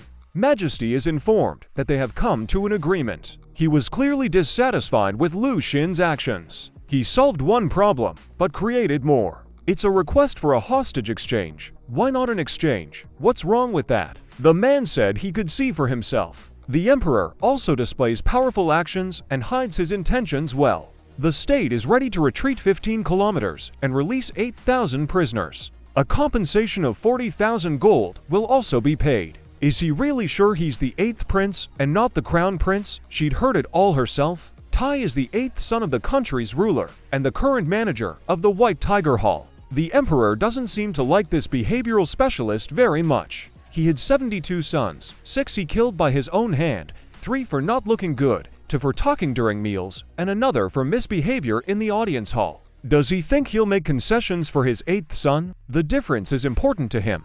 This son or not. Let them trade if they want. It's estimated he's worth no more than 500 pos, but the other side is too dependent on his value. It seems like a ruse and bothers him a lot. Let the swap not take place if the terms are suspect. Is he a fool to swap on those terms? Lu Din asked, scoffing.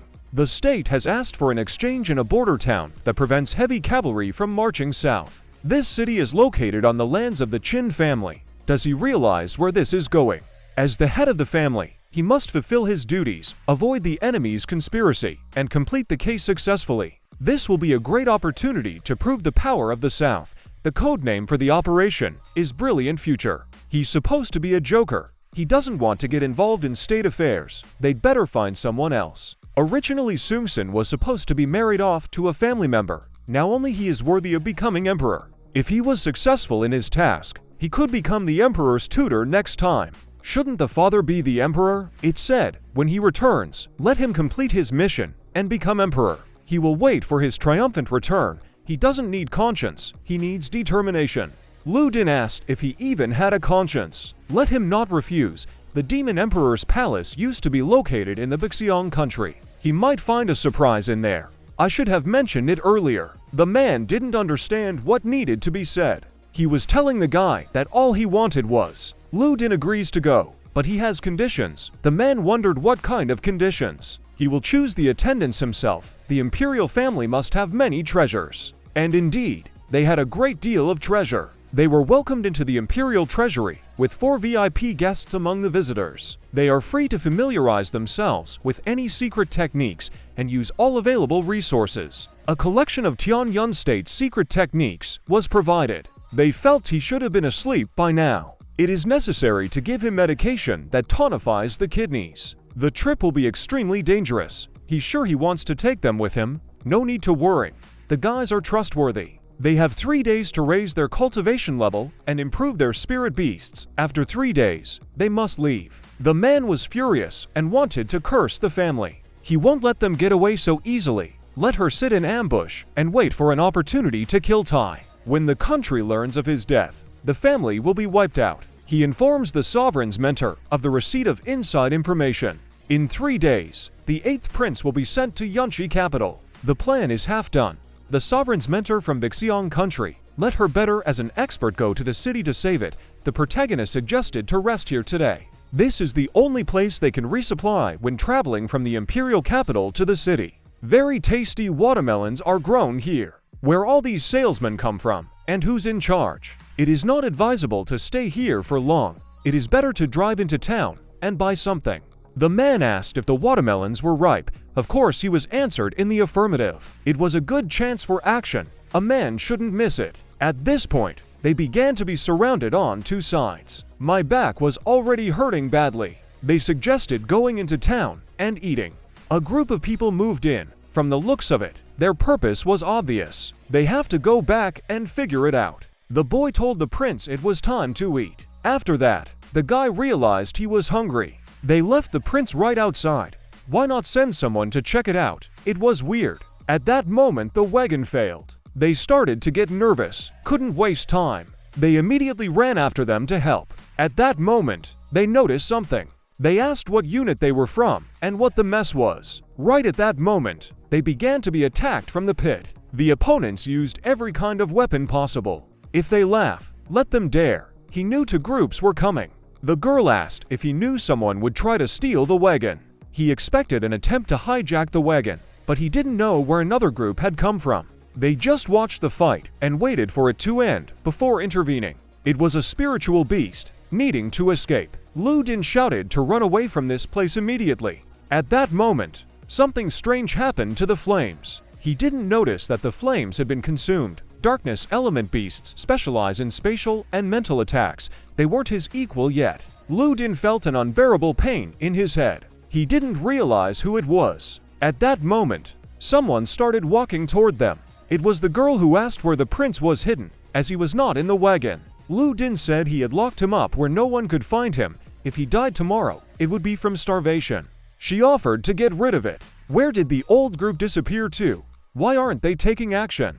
At this moment, Lu Din was covered. The situation was becoming critical. The girl asked where he hid the prince. She was the main villain. Where did he put her favorite student? She frightened his daughter, and he thought she was going to suffocate. Let her stay out of the way. At this point, she ordered the girl to leave. It really worked. The girl continued talking to the guy and ordered him to answer. Before questioning, perhaps she should deal with the other girl. She turned her attention to what was happening. The maximum suction power has been engaged. Clothes were getting sucked in and disintegrating.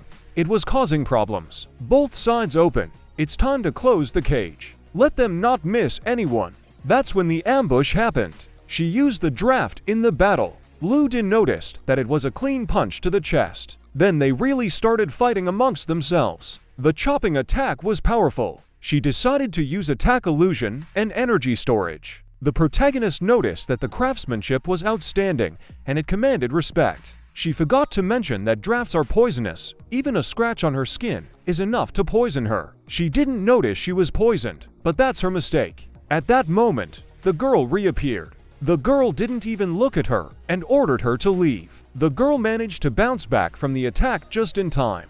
At this moment, she grabbed Lu Din. Let her stick to the plan. They were able to watch as the guy started attacking. The girl said he should repent. She would return and ask the emperor to grant him a title of nobility upon his death. Lu Din wasn't going to die so easily and quickly. He said her student had no time to listen to him.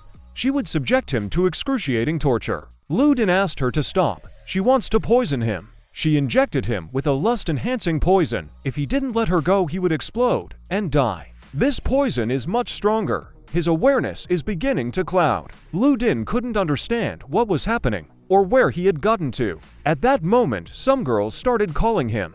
Their job was to make sure their emperor didn't suffer. Lu Din was trying to figure out if he was dreaming all this and why he was here.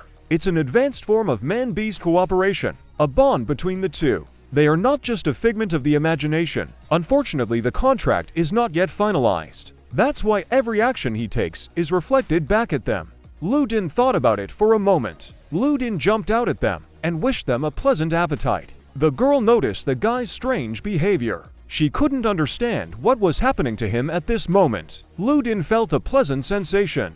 They were really enjoying themselves. You could tell by the look on his face. She was angry because he was trying to pretend to be calm. Maybe he got rid of her poison. That's impossible. He's special. Maybe he didn't get enough of a dose. She used a third of the poison this time, and no one would believe he could survive. She is so strong that her power has reached the 13th star. Lu Din apologized and said that he was here again. The girl was surprised that he had handled the situation again. She decided to use 50% of her power and see how he would hold up. At that moment, it seemed as if someone had come to his rescue. Lu Din, waking up, asked if he could continue. The girl admitted she was sick of the guy. She overexerted herself and got a little dizzy. At that moment, someone started attacking her from the air. Of course, the girl didn't like it because things weren't going according to her plan as it was. She decided to use the snake again. She quickly grabbed the enemy, showing her skills in creating poison. She had been watching the girl for half a day now, but the girl had failed to deal with the protagonist, a testament to the weakness of her poison. If her skills aren't enough, she just strangle her. They can't let her die. They need to find the Dark Guardian community through her spiritual sight. By finding them, he would unravel many secrets. The girl was surprised that Lu Din was showing interest in her. Lu Din offered a deal. He would give up Tai's location in exchange for the children's lives. After all her efforts, she didn't expect him to relent. She agreed and asked for the location. He assumed there would be no attack on them along the way, and Tai had probably already arrived in the city. Conditions to be met. Because of him, the city may now be lost. The Emperor didn't originally plan to bring the guy back alive. He wanted to use this opportunity to take over the city. The city is protected, and she didn't know how to accomplish that. She has to save the guy before they act. It's her best chance. The girl was interested in which way, not heart to heart or hand in hand. The city of the frontier fortress. Late. Maybe something happened on the way. May I ask on what business the Prime Minister has come to the front line?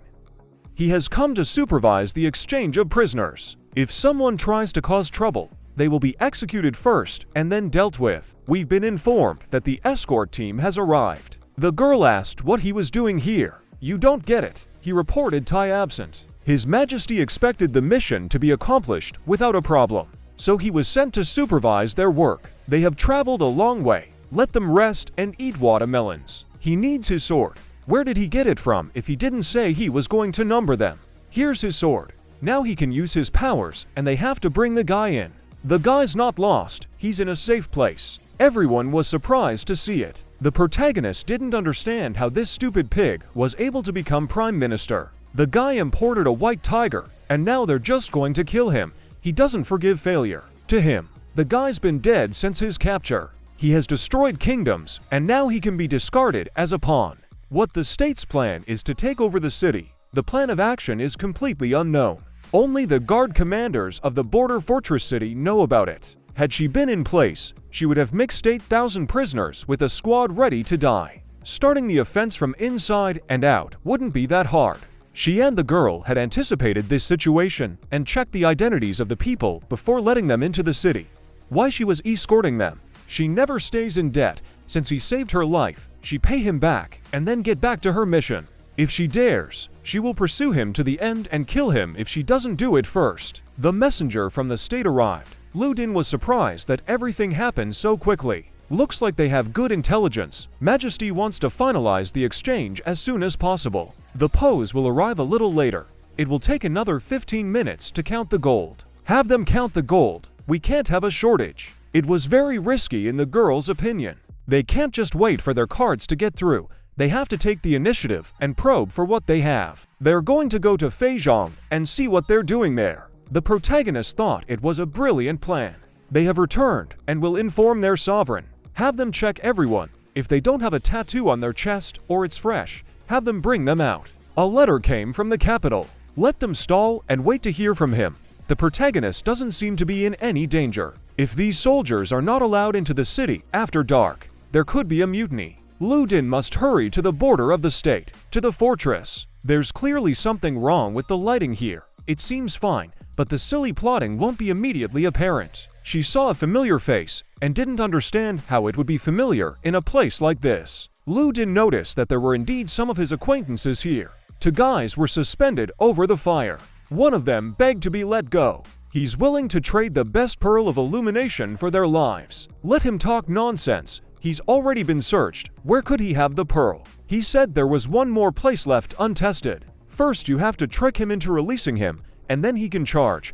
A real man will not sit still and wait to be killed. asked if she had any secret pockets in her pants. If they released it, everything would get it. That's when he took it and threw up. The girl, of course, was with him. His foot slipped. He almost made a mess. We need to get them out of here without the enemy noticing. Either he's lucky or his saving star. At this moment, Ludin noticed a very unpleasant picture. The guy immediately recognized the foreman and told him to get up. Ever since he met him, he'd been broken. His marriage had broken up. His career had collapsed, and now he'd been pierced as well. He cursed him and asked him to do him a favor and let him go, even though it wasn't on purpose. He had come here to reconnoiter the situation and had not expected to meet them here.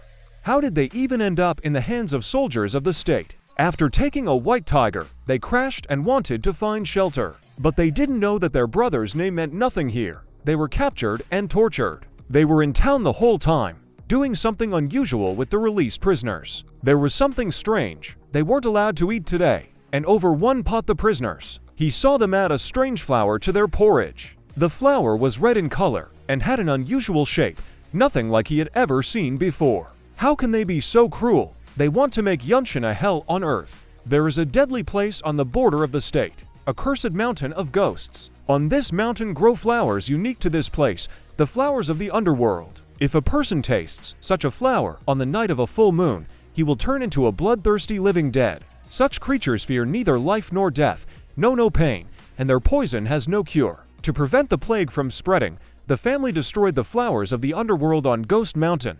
No wonder they decided to hold the exchange on this particular day. We need to go back and report it soon. But they don't have flying spirit beasts. The return trip on horseback would take less than 2 hours. Then it would already be too late. And at this point, they began to reason over what they should do. Ludin has spiritual flying beasts. They couldn't understand why they weren't being let in, whether they doubted them. They can't delay any longer. Let her make the decision. But the girl said they would wait a little longer. There must be a signal from the protagonist. At this point, the full moon came, and the flowers' action began. They couldn't figure out what was going on, or if they were okay. At this point, one of the men began to feed on the flesh. They began to break through the defense right away. They really have become zombies. They were told to pick up the copy and stop them. They all came together as one and began to defend themselves. All they saw in front of them was zombies and no one else. The defense line has been breached. Let them stop them. They can't let them enter the city. At that moment, someone began to use fire sharply against them. The G crossing in the form of a beast was Ludin. Of course, everyone was happy to see him. Great, he's finally here with them. We can protect the city. But they will not defend the city. They will leave it. Is he crazy or what? They'll say increase if they leave the city like this. He said it wasn't a problem, since they'd get it all back anyway. He reports that the battle for the city is over. The movement has stopped. Now that the defending army had weakened, capturing the city would be easy. This was said by the commander of the city's army. Then they all headed towards the city together. Previous estimates put the city at 16,000 defenders. The ratio of combat losses between the 8,000 living dead and the regular army is exactly 1 to 2. Now only the living dead or individual surviving defenders should be left in the city. It will be easier to deal with them. The man considered himself a genius, rising in rank. Gaining lands or concubines were no longer just dreams. He had finally reached the pinnacle of his life. At that moment, all the zombies noticed him. He couldn't understand what was going on. Something had clearly gone wrong. He immediately started fighting these zombies. It was reported to the general that the dead men had been destroyed. The defenders were miserable cowards. They ran away, and he had to deal with it himself. Even though he lost half of his troops, taking the fortress is still a great achievement. It was roughly a success. The general had to sacrifice 10,000 lives. There are many sacrifices behind the victory, but this success will be attributed to him.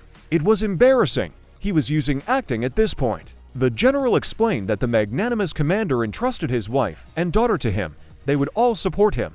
The main enemy forces made an attack, and the city was lost. Of course, the general couldn't believe it had actually happened. At that moment, the brother met the sister. He said he missed her very much, but she hit him and asked him if he knew how much trouble he had caused. The blow was so strong that the fellow fell into a stable nearby. Of course, this did not please him. He immediately discarded the notion of honor. If he were a boy, he'd still be laughing. After all that, he still thought, Never mind that he can't marry the princess, she won't find anyone better than him, and she regret it. The girl wanted to tell him something.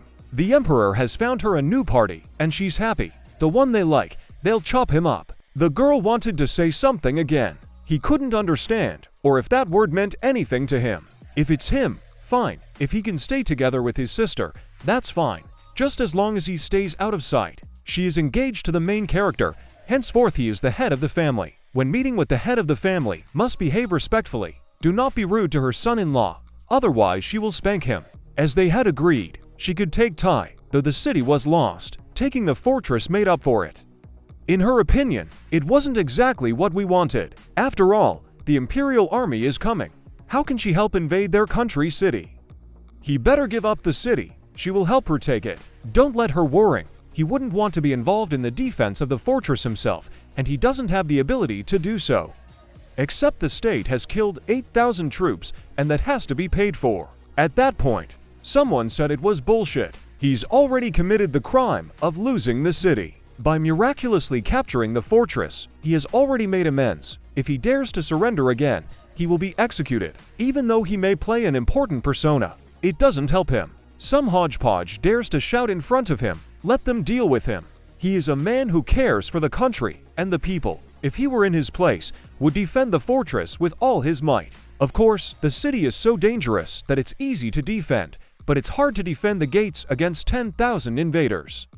Capturing this city is like going to Bison. No matter what, it must be defended to the end. He was worried that there would be no one to defend the fortress, but hearing this made him feel relieved. Will lead the main forces out of the city and ambush it? The Lord will lead the guards to defend the city, and they will attack from inside and outside, destroying it. It's not hard. You can trust him. The man was greatly surprised at this point. At this point, the man ran to report the situation. The enemy is approaching the fortress. Pretty soon they will be at the walls. Lu Din said that the time is almost here. She can proceed. The girl drew her bow at this moment. After a few seconds, she released the arrow. At that moment, an arrow flew straight at the bound Prime Minister. Another arrow untied him. The Prime Minister started shouting that he would deal with them. He would report and execute those who dared to tie him up. At this point, the gentleman was informed of what was happening. They saw the enemy returning. If the city is lost, they won't all be left alive. Let them hold the fort until the darkness strengthened. He leaned back and stretched his neck. They won't be able to hold the fort with the current lineup. Let them flee through the back gate. But the minister wasn't okay with that and told them to gather and prepare to meet. The ministry expected change. The minister became a critical point by sacrificing his life for the country. He is a role model for their generation. He had long ago checked that the back gate was locked. Lu Din cursed. The only thing they can do now is fight. This is what it means to fight a bloody battle for your country. Thank the heroes for allowing the long-lost device to be returned. He must watch them from on high lest the minister find himself a laughingstock. Lu Din was actually watching it at this moment. The guy wanted to address the girl. He told her to wait a little longer. It was too early. He asked if there was any vinegar. Let them give him some.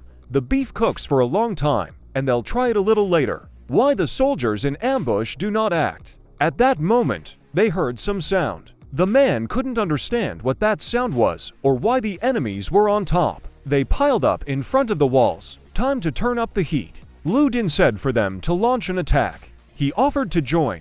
Need to finish them off soon. Their newly improved spirit beasts could finally debut. At this point, the enemies realized they had to retreat. The man couldn't figure out what else it was. A man collided with a large object in front of him. It was a guy with an 11-star spirit beast. His beast was indeed very strong.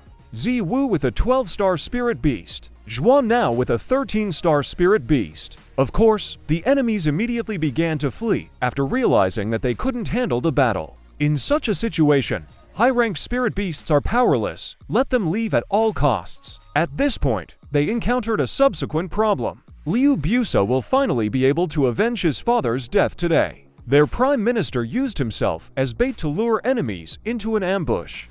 It would be disrespectful to him to let anyone miss out. How could there be two people wielding mystic flames at once? It was just bullying them. They spent 30 years building this fortress. This Lu Din is truly an opponent to be feared. But he was just a sneaky bastard. When he regained his strength, he would definitely kill him. At that moment, the girl slapped him sharply. She would have saved him if it wasn't for the fact that he was her sister's only remaining bloodline. Let him know his place. He needs to build up his strength before blabbing whatever he wants. Starting today, she will be in charge of the White Tiger Hall. She said she would bring White Tiger Hall back to its peak in 6 months. He asked what about the fortress? Are they just going to let the state put a sword to their neck? He doesn't have to worry about that. In less than 10 days, forces that even Tai wouldn't dare mess with would force them to give up this city. Everyone was happy that they had won and defended the fortress. And no one cares what price she had to pay. Their subordinate failed to do her job and came to apologize. He told her to kill the guy, but she didn't and didn't come to protect him in mortal danger. The girl at this point lowered her eyes down and looked at him. As previously stated, she stayed with the main character, helping him prepare the base and spices for the roast. He called her a scum living off some and serving others. Why he raised her? He should have calmed down. He couldn't have pardoned her. He likes this girl. Can the Prime Minister give her to him? He saved her life repeatedly. Does he really want children from her? She's his servant, and he can't give her up that easily. The protagonist promised that he would tell the Emperor that he played a major role in taking the fortress. He immediately started saying that it was only a servant and he didn't like her. Could he refuse? He'll go first, let them take care of themselves. Why does he want to leave all the credit to him? This is a feat that will go down in history. Let him not worry. The Emperor is not stupid. She sent a message to the palace yesterday. Now His Majesty knows all the circumstances of the battle. At this very moment in the Imperial Palace, as her father thinks, Lu Din will say that she looks good in this dress chosen by the Empress. She looks really good in that dress. The message from the front line is lagging. It looks like something has happened. It's really worrying. At that moment, a man came into the room. He doesn't trust her. She doesn't understand how anything can happen when Lu Din is involved. Postal pigeons are only sent in emergencies. That's an excuse. The exchange with the state proved to be a ruse. All 8,000 prisoners of war were poisoned, but 40,000 gold was delivered in full. The man felt a pleasant sensation at the moment. The enemy attacked the city at night, but Lu Din foresaw this and ambushed them, destroying them. The opposing state lost 20,000 warriors, including General Liu Busa. The masseuse hit his sweet spot again. The man felt the incredible sensation again. After that, Lu Xin's troops moved north and captured the fortress. Lu Din lived up to the expectations of the man she liked. Inside the fortress, the main character just stood to himself and hummed a song from his head. It's time to eat. Why isn't Lu Din going? He felt sleepy, so he'll go back home and take a little nap. Indeed, strangely enough, went to bed. He'll use the moment to make a contract with the girl. Let him take his time. There's still plenty of time. Let him let Yuza out. Lu Xin's face was pressed against something. They couldn't figure out what the noise was. The girl hadn't woken up yet as to why he had summoned her. Wasn't it being released? Why is it so big again? She doesn't know if it's because there's plenty of plus nearby.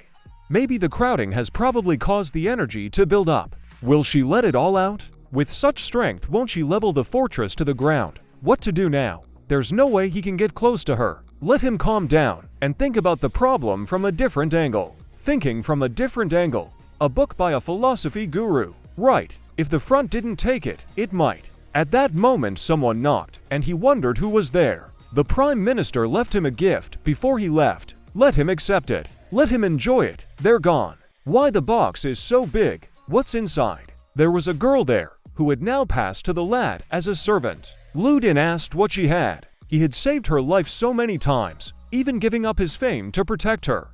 Naturally, she understood why he'd done it. If he's okay with it, she wants to present herself today. He might have passed out lately without bringing him something to eat. The protagonist realized that if they saw it, they were finished. Lu Din immediately grabbed the girl at this moment, and then abruptly went somewhere with her. The girls couldn't understand what was going on there. Let him get up. He needs to eat. The main character said he's not dressed. Let him leave the food under the door. It wouldn't be good if the food got cold. She'd tell him that personally. Oddly enough, they were thrilled that he was just underdressed. At that moment, they sensed something.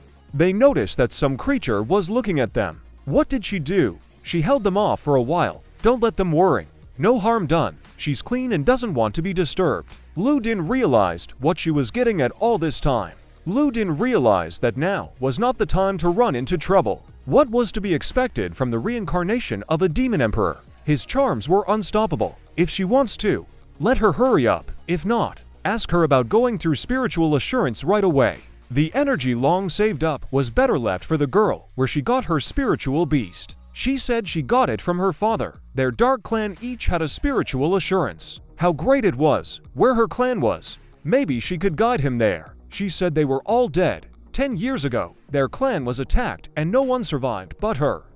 Now she's the last of the dark clan. Lu Din was surprised that they were attacked and asked if she knew who did it. Of course he does. They are the bastards of supposedly righteous sects. They have always considered them heretics and call themselves that. The Tao of Heaven Union.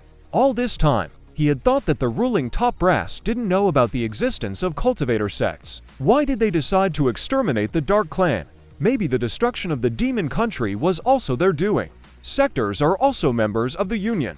She is also the protector of the country. They must have come here to help in the battle against them. This Tai Daxing is quite cunning. Instead of sacrificing his army, he sent cultivators. In the old days, the ancestor of the sect made a pact with the ruling family that the sector would not participate in the external wars of the state. But when the country came under attack, they had to intervene. She didn't realize that after so many years the sect was still honoring their agreement. They had a strong army and had a strong foothold here. And he wants to drive them away alone. They just want to negotiate peacefully before taking up arms. If they don't agree to leave the fortress, a lot of sect disciples will come here and slaughter them. Right, that's what he's here for. Let them not say that the sect is doing dirty deeds. It's just a digression.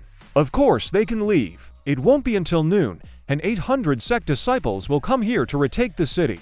By then, everyone in the fortress. He said he would get the troops out. Why not follow the usual scenario? She was beaten. What was to be expected from a wise and savvy emperor? He used the imperial agreement to force the sect to take action. This would not only strike a blow against the enemy, but also weaken the sect's strength, killing two birds with one stone. The sword or fist strike was about to begin. He was already in anticipation. But to his surprise, the protagonist hugged him and said that the emperor is just not human. He feels such a strong resentment. Let them let go first and speak clearer. Hell, do all people really pay much attention to body strengthening? This little brother's pecs are so well developed. Obviously, they're the ones who took over the fortress and still blame the emperor. It's just unimaginable. Let them see for themselves what the scoundrel offered. His Majesty is willing to pay such a great price to save his son. What's the problem? Lu Din said that there is certainly a problem. All 8,000 Poes were given flowers of the underworld. They did not turn into the living dead. The flowers of the underworld had to be destroyed. How dare they? It was the family members of the captives who came to meet them. They ended up having to watch their loved ones die. Let him see how much pain it caused him. They all made it sound like they were really in a lot of pain. It's really sad, but he feels like there's some kind of personal connection between them and the deceased. He's sorry it was their fault, but they're in a difficult position too. They're not interested in the city. If they get their conditions met, they'll leave immediately. He decided to ask what the conditions were. After all, they want 10 gold for each dead and will not leave until they get that amount. Then let them wait until he brings it to the emperor. That 40,000 gold was supposed to be just bait. Not only have they not been returned, he wants him to pay another 80,000. These cultivators and sects are just idiots. You can't rely on them. Let him convey his will. Let the army start taking over the fortress. Soldiers of the state, it is time to do your duty to His Majesty. The head of the palace guards asked what those words meant. They must have been frightened. They'll send a refund. Why is the cultman still here? The young gentleman kindly invited him to discuss the concept of peaceful coexistence. So he's here. What he's going to do? He brought compensation. Damn Lu Din. How dare he use a section as an account? There's only one man from the sect. They have a big army. Easy to get rid of him. All the blame for his death they will shift to the country. This plan was perfect in his mind. The man told the brothers to follow him. Why are there so many troops here? Was everyone wondering? The 13-sword sect's elder sect is capable of destroying an entire city. What are they doing here? It's not good to fight and kill. They need to learn from others. Lu Din said that he was too kind. He offered to come back and continue the conversation. So maybe they will stop. Wukan will be cured by the celestial. What happened next? Let them stay a few more days. He will tell everything. The head of the palace guards loudly called everyone to follow him. He wanted to go back and bring the gold. Message from the front lines. Had they really fought the city so fast? He's sorry to say it, but all of this calls for a peaceful resolution to the conflict without attacking the city. Have them raise the money. The head of the palace guard brought in gold. The guy with the surname Lin didn't get his compensation. Let him leave the fortress and go. His Majesty is determined. He was afraid he would refuse to pay the gold. All that gold was taken from his house. Now the guy realized that was the real problem. His Majesty also suggested that there was no point in returning, for they would be immediately sent to penal servitude. Now they're really rich. He had a feeling that Junior was a rather disinterested person. But contrary to expectations, he was also addicted to the smell of money. He listens to the senior and will definitely try twice as hard to reach the senior's level as soon as possible. He still had a long way to go. If he didn't hurry, it would catch up with him for sure. As a token of his gratitude, he would like to donate half of the gold he received to him. The man was glad of this information, too. Lu Din asked what this thing was. It was an ordinary abomination. He wasn't interested, but it would be rude to refuse him. He wished her a good trip and said he'd be happy to see him anytime. The guy asked her. He wasn't blinded by money after all. It was ignorance. He thinks he became concerned about the gold. He immediately apologized. What he values is friendship, which is more precious than gold. Why such generosity?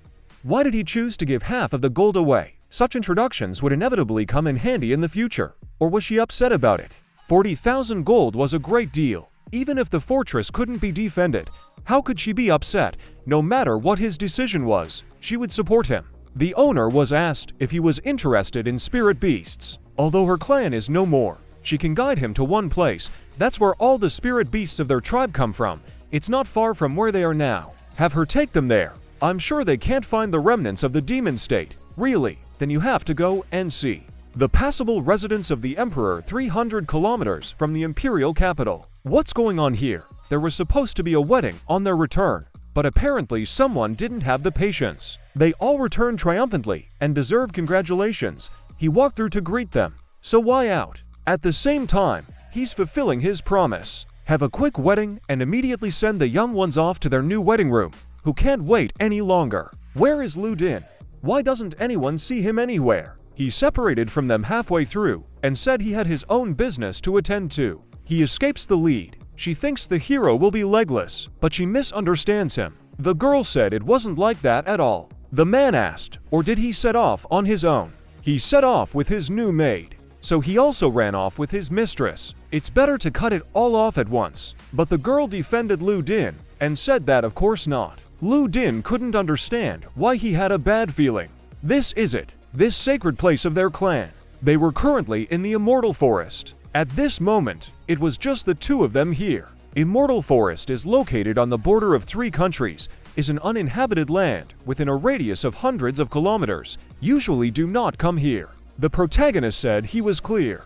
Apparently, it's not a normal day. What's going on? It's someone from the Dao Sky Union, Lu Din said. They'll go and have a look. Since they had targeted them last time, now their target was him and his sacred ground. At that moment, someone landed in front of the horse. They finally caught up with the lone guy and girl, walking into a grove of woods together, which means she's going to beat them until they start choking. Lu Din said straight ahead. At this point, they did notice something after all. The guy was saying something to let it go. They immediately recognized him. What was he here about? Let the girl take her time. They would just observe for now. Lu Din could understand how he hadn't guessed earlier that it wasn't a guy. At this point, someone was laughing really loudly at him. This was the Dao Heaven Alliance. He thought that they were little trash and sex, so why did he sneak into the Immortal Forest? The Immortal Forest is under the joint rule of the Union members. Why can't he come here? All questions to him. Why did they hide the spirit beasts in the swamp? What are their intentions? The thing around her neck covered them with the beast they had created. She realized that this was a bad thing. It has long been rumored in the world that the alliances have entered into conversations with demons. It is said that they use sorcery to create spirit beasts. This is pure truth. If spiritual beasts are partners in helping to improve, the created beasts were pure weapons, cruel and bloodthirsty, devoid of any emotion. He didn't realize that there were sects in the alliance that did such evil deeds. It was forbidden.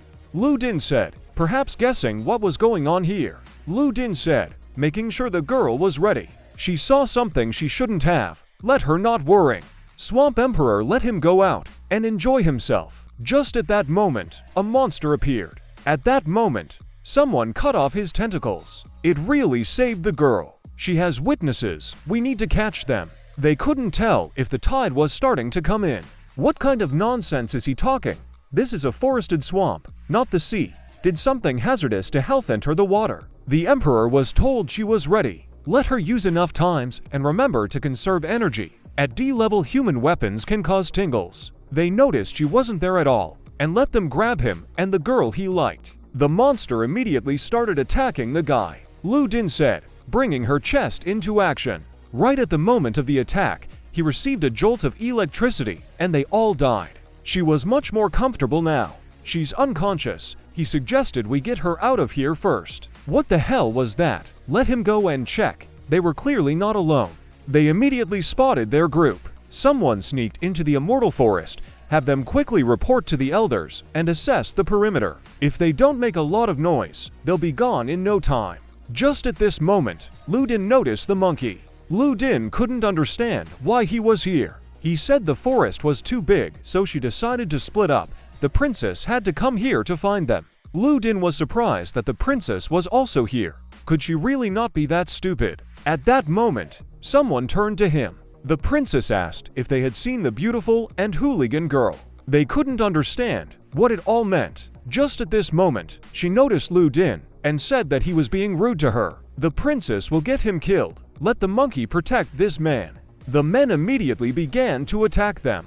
Of course, the guy had to act fast. Today she will avenge the dead members of the Dark Clan. But she's good too. She can't wait to reveal herself. These are the remnants of the Dark Clan. They shouldn't let them escape. Right at that moment, pits formed underneath them. At that point, they all failed. In a split second, they were already at the bottom of that pit. Lu Din realized that he was in a lot of pain as the gorilla fell on him. Lu Din noticed something in front of him. Someone asked who was trespassing on his property. Could this be the man of legends? The girl asked, or was it the Eternal Lord? Lu Din asked if she knew him. This story has been passed down among their peoples for 1,000 years. Deep within the immortal forest lives the Eternal Lord, the king of the spiritual beasts of darkness, guarding this place. Looks like she was right. The girl really is a member of the Dark Clan. No wonder she was the one the beast was able to leave his territory with. She greets the Eternal Lord. Members of their tribe have not been seen for a long time. Where have they gone? The girl said they were killed long ago. She is the last of the Dark Clan. Would like to ask the elder to provide the strongest spirit to help the younger one. The man began to ponder on the matter, but he only saved her because it was fate. He hadn't avenged the Demon Emperor yet, so he couldn't help. Lu Din remembered that he knew him. He seemed familiar. Commander of the Demon Emperor's personal guard in the past. One of the 3 strongest fighters under the Demon Emperor's command. As long as he had the washing moon in his hands, he was unrivaled in the world. If he went on a long-distance expedition against the monsters of the demon capital, there was no way he would have gotten in. As he looked at it, it seemed to him that 5 words in the world ruled their generation. And when he looks at it now, one has to quite different words. How beautiful the sunset of life is. At this point, he said of his emperor. He recognized him, but something was wrong. He was kind of mentally ill. He started apologizing for being late. A man will avenge his death. The Overlord will cut everyone to pieces. She had goosebumps on her back. Better get out of here soon.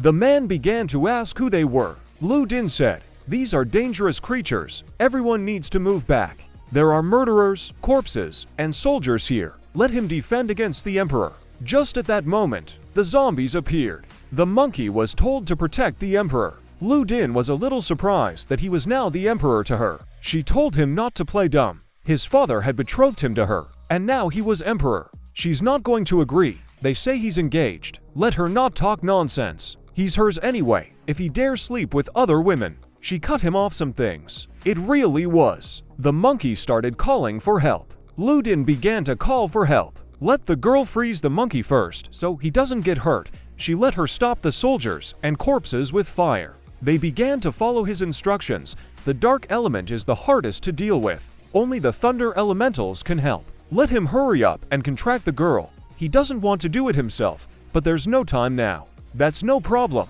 He'll arrange a themed room with a big bed. Lu Din wondered what kind of place this was. It was the girl's own bedroom. She asked Elijah if he was happy with his current size. They couldn't understand where Lu Din had disappeared to, why he had vanished in an instant. Let him be gentle. He's about at her cover. She doesn't know why, but it seems like something shameful is going on nearby. Only the main characters and animals can see the book. What the hell was that? They dared to rampage right in front of him. They were asking for him to come to his senses because it was them. The princess realized that they needed help. Just at that moment they were almost out of the hole, but Lu Din grabbed them at this moment and saved them, since they were happy to see Lu Din. Thank God, he thought, the girl will stay up all night. The situation is urgent, so he is in a hurry. Let the girl now get ready to work. The girl was exhausted, but agreed with him. Just at this moment, Lu Din began to deal with the situation. Right at that moment, lightning bolts appeared from his hands. Lu Din decided to use the charge of electricity. They exterminated their people, destroyed their empire. He'll tear them to shreds. Let him be careful with those vines. They have run out of strength. The important thing was that he was ready to fight. Lu Din was indeed being condescending at this moment. The girl was enthralled with him at this point. A worthy betrothed to her son-in-law, so sturdy and strong. Lu Din still couldn't create lightning with the deafening thunder technique. Lucky he had made a contract with the girl in time. Now he could summon thunder energy with the cooperation of human and spirit beast. At this point, she started to help. He won't take a step further. His gate will send him to a blazing hell. He started laughing and saying the guy was an idiot. At this point, the protagonist used a discharge of electricity. The man began to attack. And at that moment he received a strong blow right in the face. It was accidental. Now he's using all his deadly technique. This old man was hopeless. He offered to send him on his last journey. They were very skillful. He wanted to know his name so he could be friends. Lu Din said flexibly, but the man didn't understand anything. First, let him believe he is the reincarnation of the Demon Emperor. Only the two of them know his nickname. And that nickname was... It's not what he expected. After all these years, he will have the opportunity to meet him again. Thanks for laboring, Black Devil. How does he know if the Emperor is really alive? Lu Din said yes, and he returned. The man was glad when he heard that. He doesn't want to reveal his identity. Let him keep it secret. He obeys. Let the old man get his filthy hands off him. When he learned of the attack on the demon capital, he rushed to bring an army. Unfortunately, the man didn't make it. For so many years, he suffered from guilt. Luckily, heaven sent him back again. The man really didn't stop crying for a second. He asked for permission to rub his face one more time. Why did the Lord get along so well with his master? His demeanor ingratiating. Obviously, he had won her over. Lu Din asked as he became an overlord. He brought the spiritual beings here. After the fall of the demon capital, the allied forces had nearly wiped out the demons. To save the last representatives, he sheltered them here. In exchange for supplies, he cooperated with the human tribe. They exchanged materials for spirit beasts. The conditions included keeping the secret. Within a few years, outsiders began to take over the spirit beasts. He's become one. The woods can't get out. What matters is how many beasts are under his command and how strong they are. 32 with more than 15 stars, 7 with more than 18. He ordered to hide and collect them. Lu Din said that it is important to continue to hide. It is a strength that can be relied on in the future. If sects keep popping up, they will find them sooner or later. How to get rid of them without being in person? He didn't think about the girls. Why do the figures look at him with a disembodied look? He's hot for it. It's hard to take them out. He said he had plans. Let them listen carefully. He was focused. The Demon Emperor had destroyed the human city, and the demons would be reborn. At this moment, huge claws appeared from above. Things got bad, and they were discovered. They had found them, and it was time to launch the attack. Some iron monster is ready to attack. It was a created beast. Someone is coming down from above. Since he was able to get them down, will he be able to get them back up? He'll take them upstairs first, and then deal with the enemies. Once he dispatches them, he must hide, gaining strength and waiting. He obeys. His blood, dormant for 1,000 years, boils again. He had heard his plan. He apparently can't talk. Let him hold on tight and go forward. He has to take something last. Lu Din immediately realized what it was. It was a blade washing over the moon. He donated it back then, but today it's being returned to its rightful owner. This blade can only show its full power in the hands of its true owner. That's when they really started to disappear. They were in place. Where are they? Why is there only one boulder? They asked to find the offending idiot why he moved them to nothing. They began to turn to the elders. They seem to have escaped, but that's okay. Have them gather some men and follow them. At this point, the girl was sweetly asleep. It can decrease and increase. Why is she here with them? He wondered. Why did they come across her in the immortal forest? Perhaps it's fate. There is a border area up ahead. They should go there to resupply and then send it back. Of course, you have to go and grab a bite of something delicious. In their position, it's risky to go in there. Don't let him worry. He'll find a way. Why they're willing to risk their lives to get it all back? Don't you have to ask? They are willing to risk their lives to expose the atrocities of the sect. He admires their courage. She was very touched at that moment. He said they were going into town and needed to change. Sectors will come after them, and they need to avoid revealing identities. So it's better to disguise yourself, a girl in men's clothes and them in women's clothes. Have the monkey find a place to change? He didn't realize if he needed to change as well. They're done. She had a valiant and stately look. She liked that. These apples are too heavy and don't hold up well. It was a women's clothing special. Would she like to take a walk in the woods with him? Where her breasts are? Doesn't he know there is a corset? Does he want one? Lu Din said another time. Why do guys have to change and undress separately? They were greatly surprised at what they saw. This was a real expert on women's clothing. He asked if it was normal. In fact, he looks a lot like a girl. Let him see how natural people's breasts are. They must hurry. They need to get to town before dark. Why does he look so cute in a woman's outfit? What's going on in his head? Let him come to his senses. He's a man. The country's border. Finally a proper meal. Have the innkeeper give him for rooms upstairs. He apologized, but they only have 2 rooms tonight. One will be for them. One will be for them. The boys will stay in the same room. The girls will be in the other room. He just wants to be alone with her. He doesn't need her anymore. Lu Din said that they would go to the room and sleep. It was quite comfortable in this dress. Lu Din said that he should also take off his clothes and get some air. He said he was going out for a walk. He'd better sneak away from them first. Someone wanted to come into the room. He needs a clear explanation. She's not as good as this guy. 3 men, triangle, man on man, men on sides. Let her not yell or draw unnecessary attention. And he's a man. Why should he be interested? She can't see that she's interested in him. He'd better go soon. He can't stay. There were only apples here. Let her see for herself. Spiritual beast of the censorious type. A 2-headed large polar bear. What's that on his chest? She said her name was Kingyun. Kina Urtso. To conceal her identity, she disguised herself as a man. Now I can see where those pumped-up pecs come from. But there are no impenetrable walls. Some are beginning to realize her unusual status. That's why she split up with her mentors and set out to explore the immortal forest. Lu Din understood everything. Lu Din waited attentively, expecting something.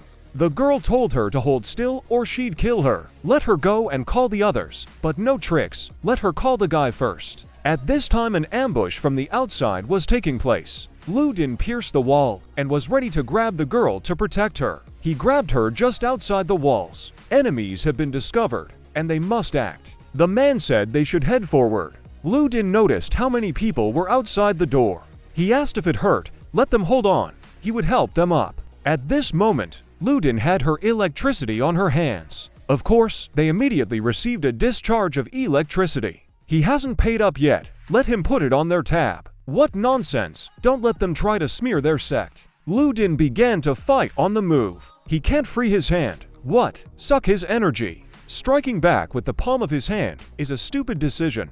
Now it doesn't matter what technique he uses. Everyone realized they needed to help the host. But Lu Din told them not to interfere. This guy's technique is too freaky. Even if he summons a girl, her energy will be sucked out too. Lu Din realized that he would try something else. He decided to use Washing Moon.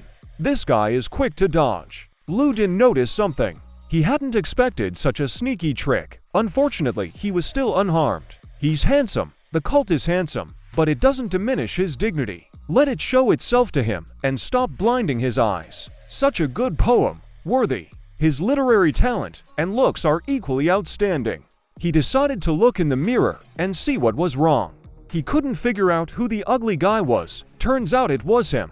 They were little bastards. He'd send them out for sashimi. Of course, he was furious and got right down to business. Let him control the enemy by catching the ball with his bare hands. He forgot to tell a small detail. He can use his power through weapons. Ludin felt his rage towards the man. Then the girl froze the guy. What a dummy. She's so panicked she can't even aim.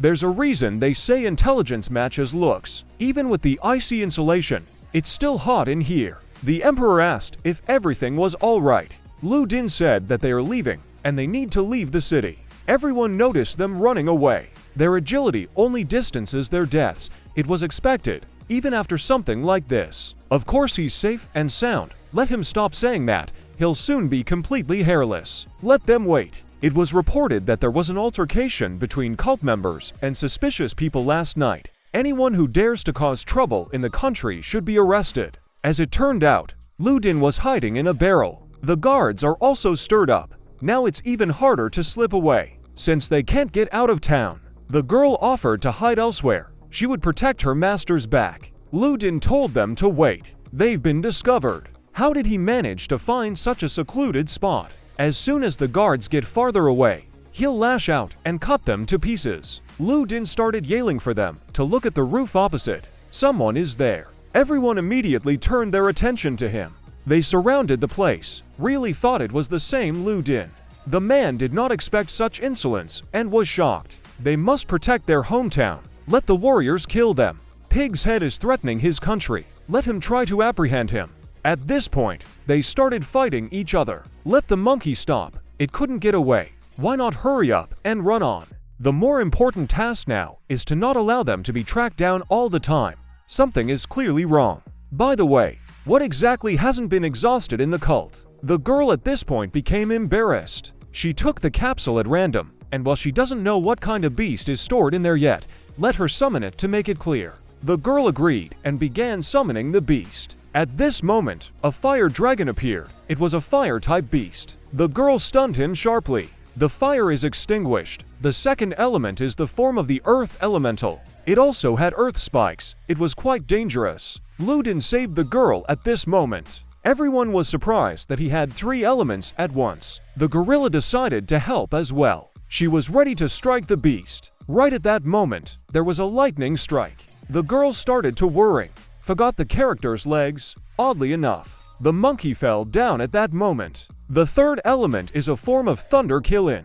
How is that possible? It actually has 3 attributes. Ludin shouted for them to take care of themselves. Ludin took all his hands and began to help. He's a tough guy, keeps changing his strategy. Let him show if he can still switch. He asked the girl to calm down. He has no resistance to toxins. Apparently these are attributes. There are no spirit beasts with multiple elements in nature. He was probably modified artificially. This needs to be studied. He's not particularly interested in such villainous technology. At that moment, he noticed something.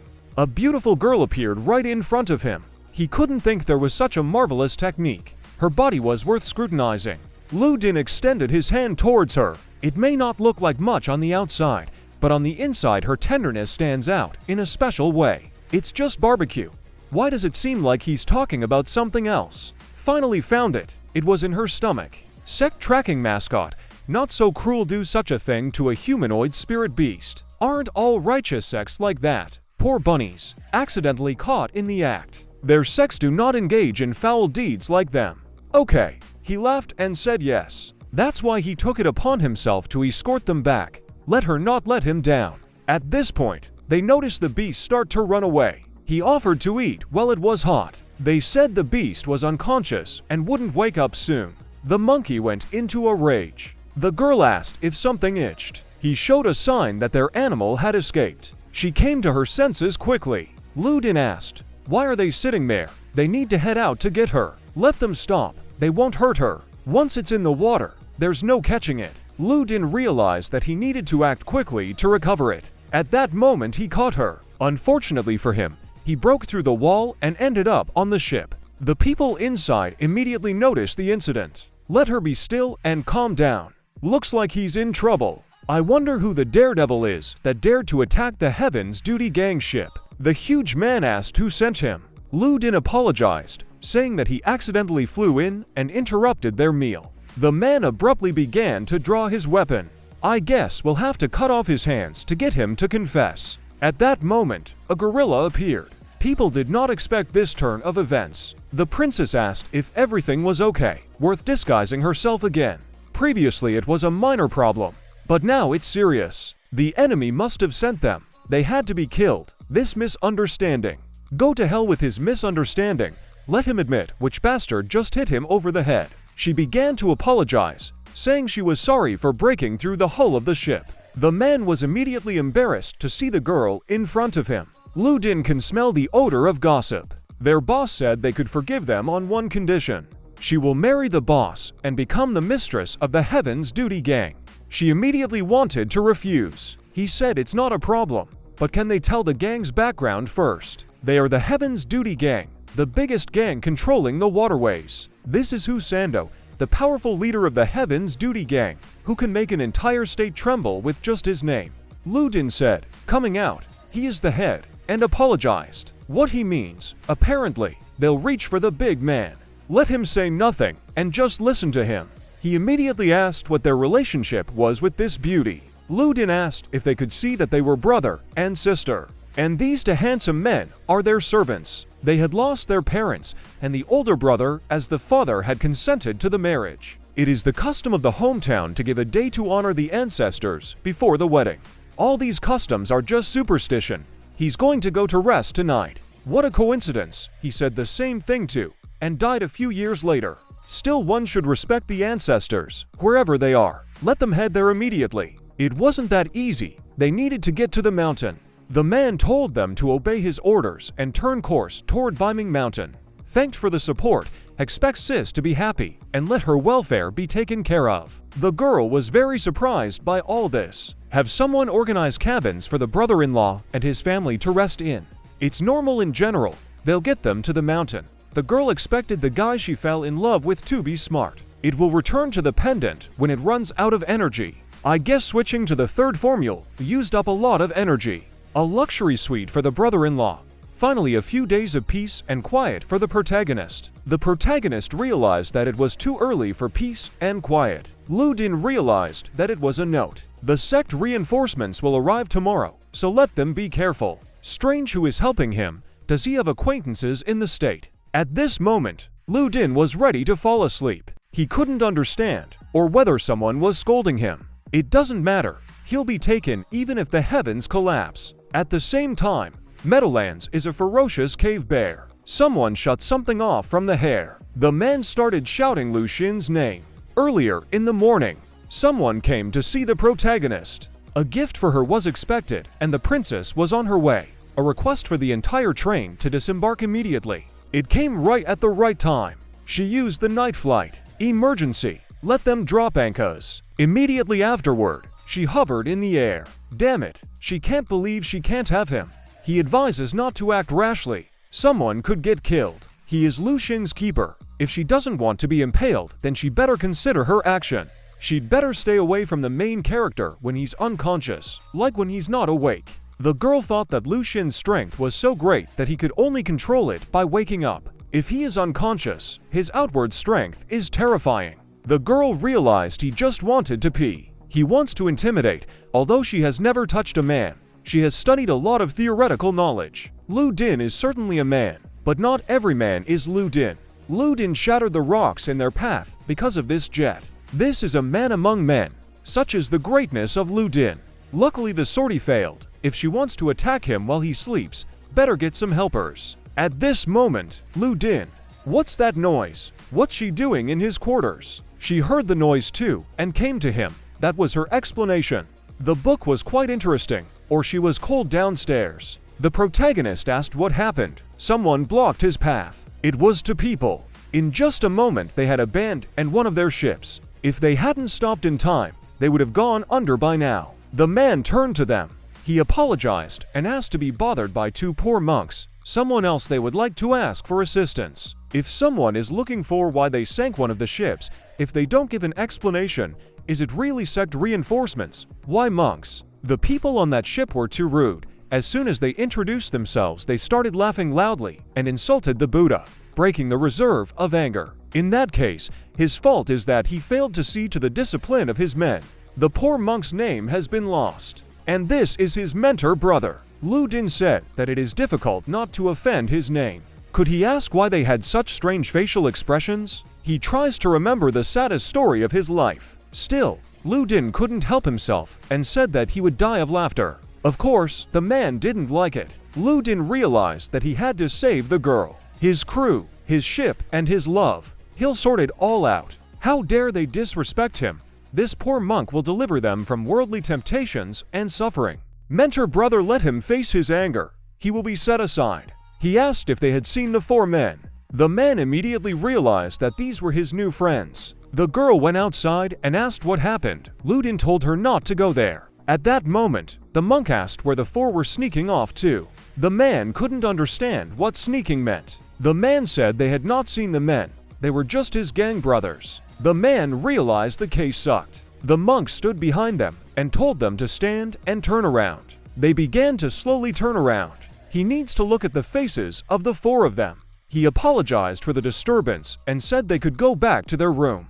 Then he said that Lu Din is ugly. May the Buddha forgive him. Everyone immediately asked him who he called ugly. A bald ass. He has no sense of aesthetics. He wants to believe it or not, but he will be torn apart for saying those words. Of course, this was the man's plan. He realized, let them bring back the spirit beast, and he would let them live. Lu Din instantly started fighting with the man. Amazingly, he was able to spew out such power. He truly has incredible power in his hands. Even a tenfold increase in strength in a dragon couldn't do much damage. The other hadn't taken any action yet. He can't believe that even the section temple is involved in this. Let them not be afraid of going to hell after what they have done. He's the one who deserves to go to hell. I'm so sick of this pretense. How dare he make a mess on his ship? The man told his brothers they would tear him to pieces. The man said he wasn't interested in playing with them. The monk's brother said that Lu Din was kind of weird and decided to deal with him.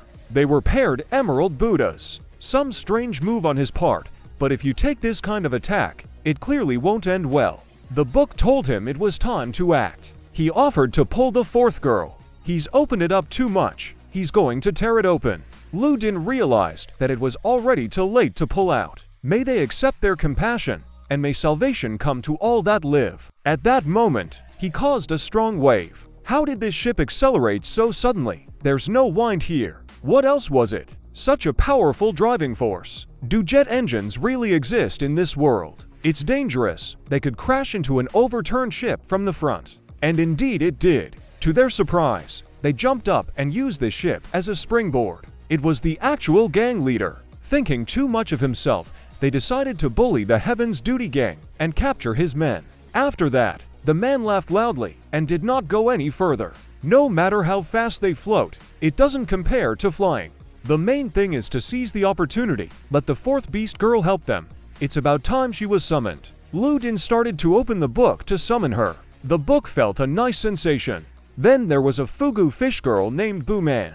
Greeted the emperor. Was so small, would she be of any use? At that moment, the monk began to attack them. Shit, the ship stopped. We gotta save Bo. Lu Din asked what was wrong with the girl. She was furious, for she was soaking wet. At this moment, Lu Din was pinned down by something on all sides. Turns out this girl had gotten as big as 5 of those ships. She sent the monk immediately away. Broke the monk with one slap. But the man said he wasn't done yet. She has nothing but brute strength. Her indestructible body will leave her no chance. They congratulated the master, who instantly became a Buddha. The other man decided to use the strongest world-shattering blow. But the girl only felt a cool breeze at this moment. Was very much surprised that the blow only mussed her hair. Is it normal that this cheater doesn't put Buddha in anything?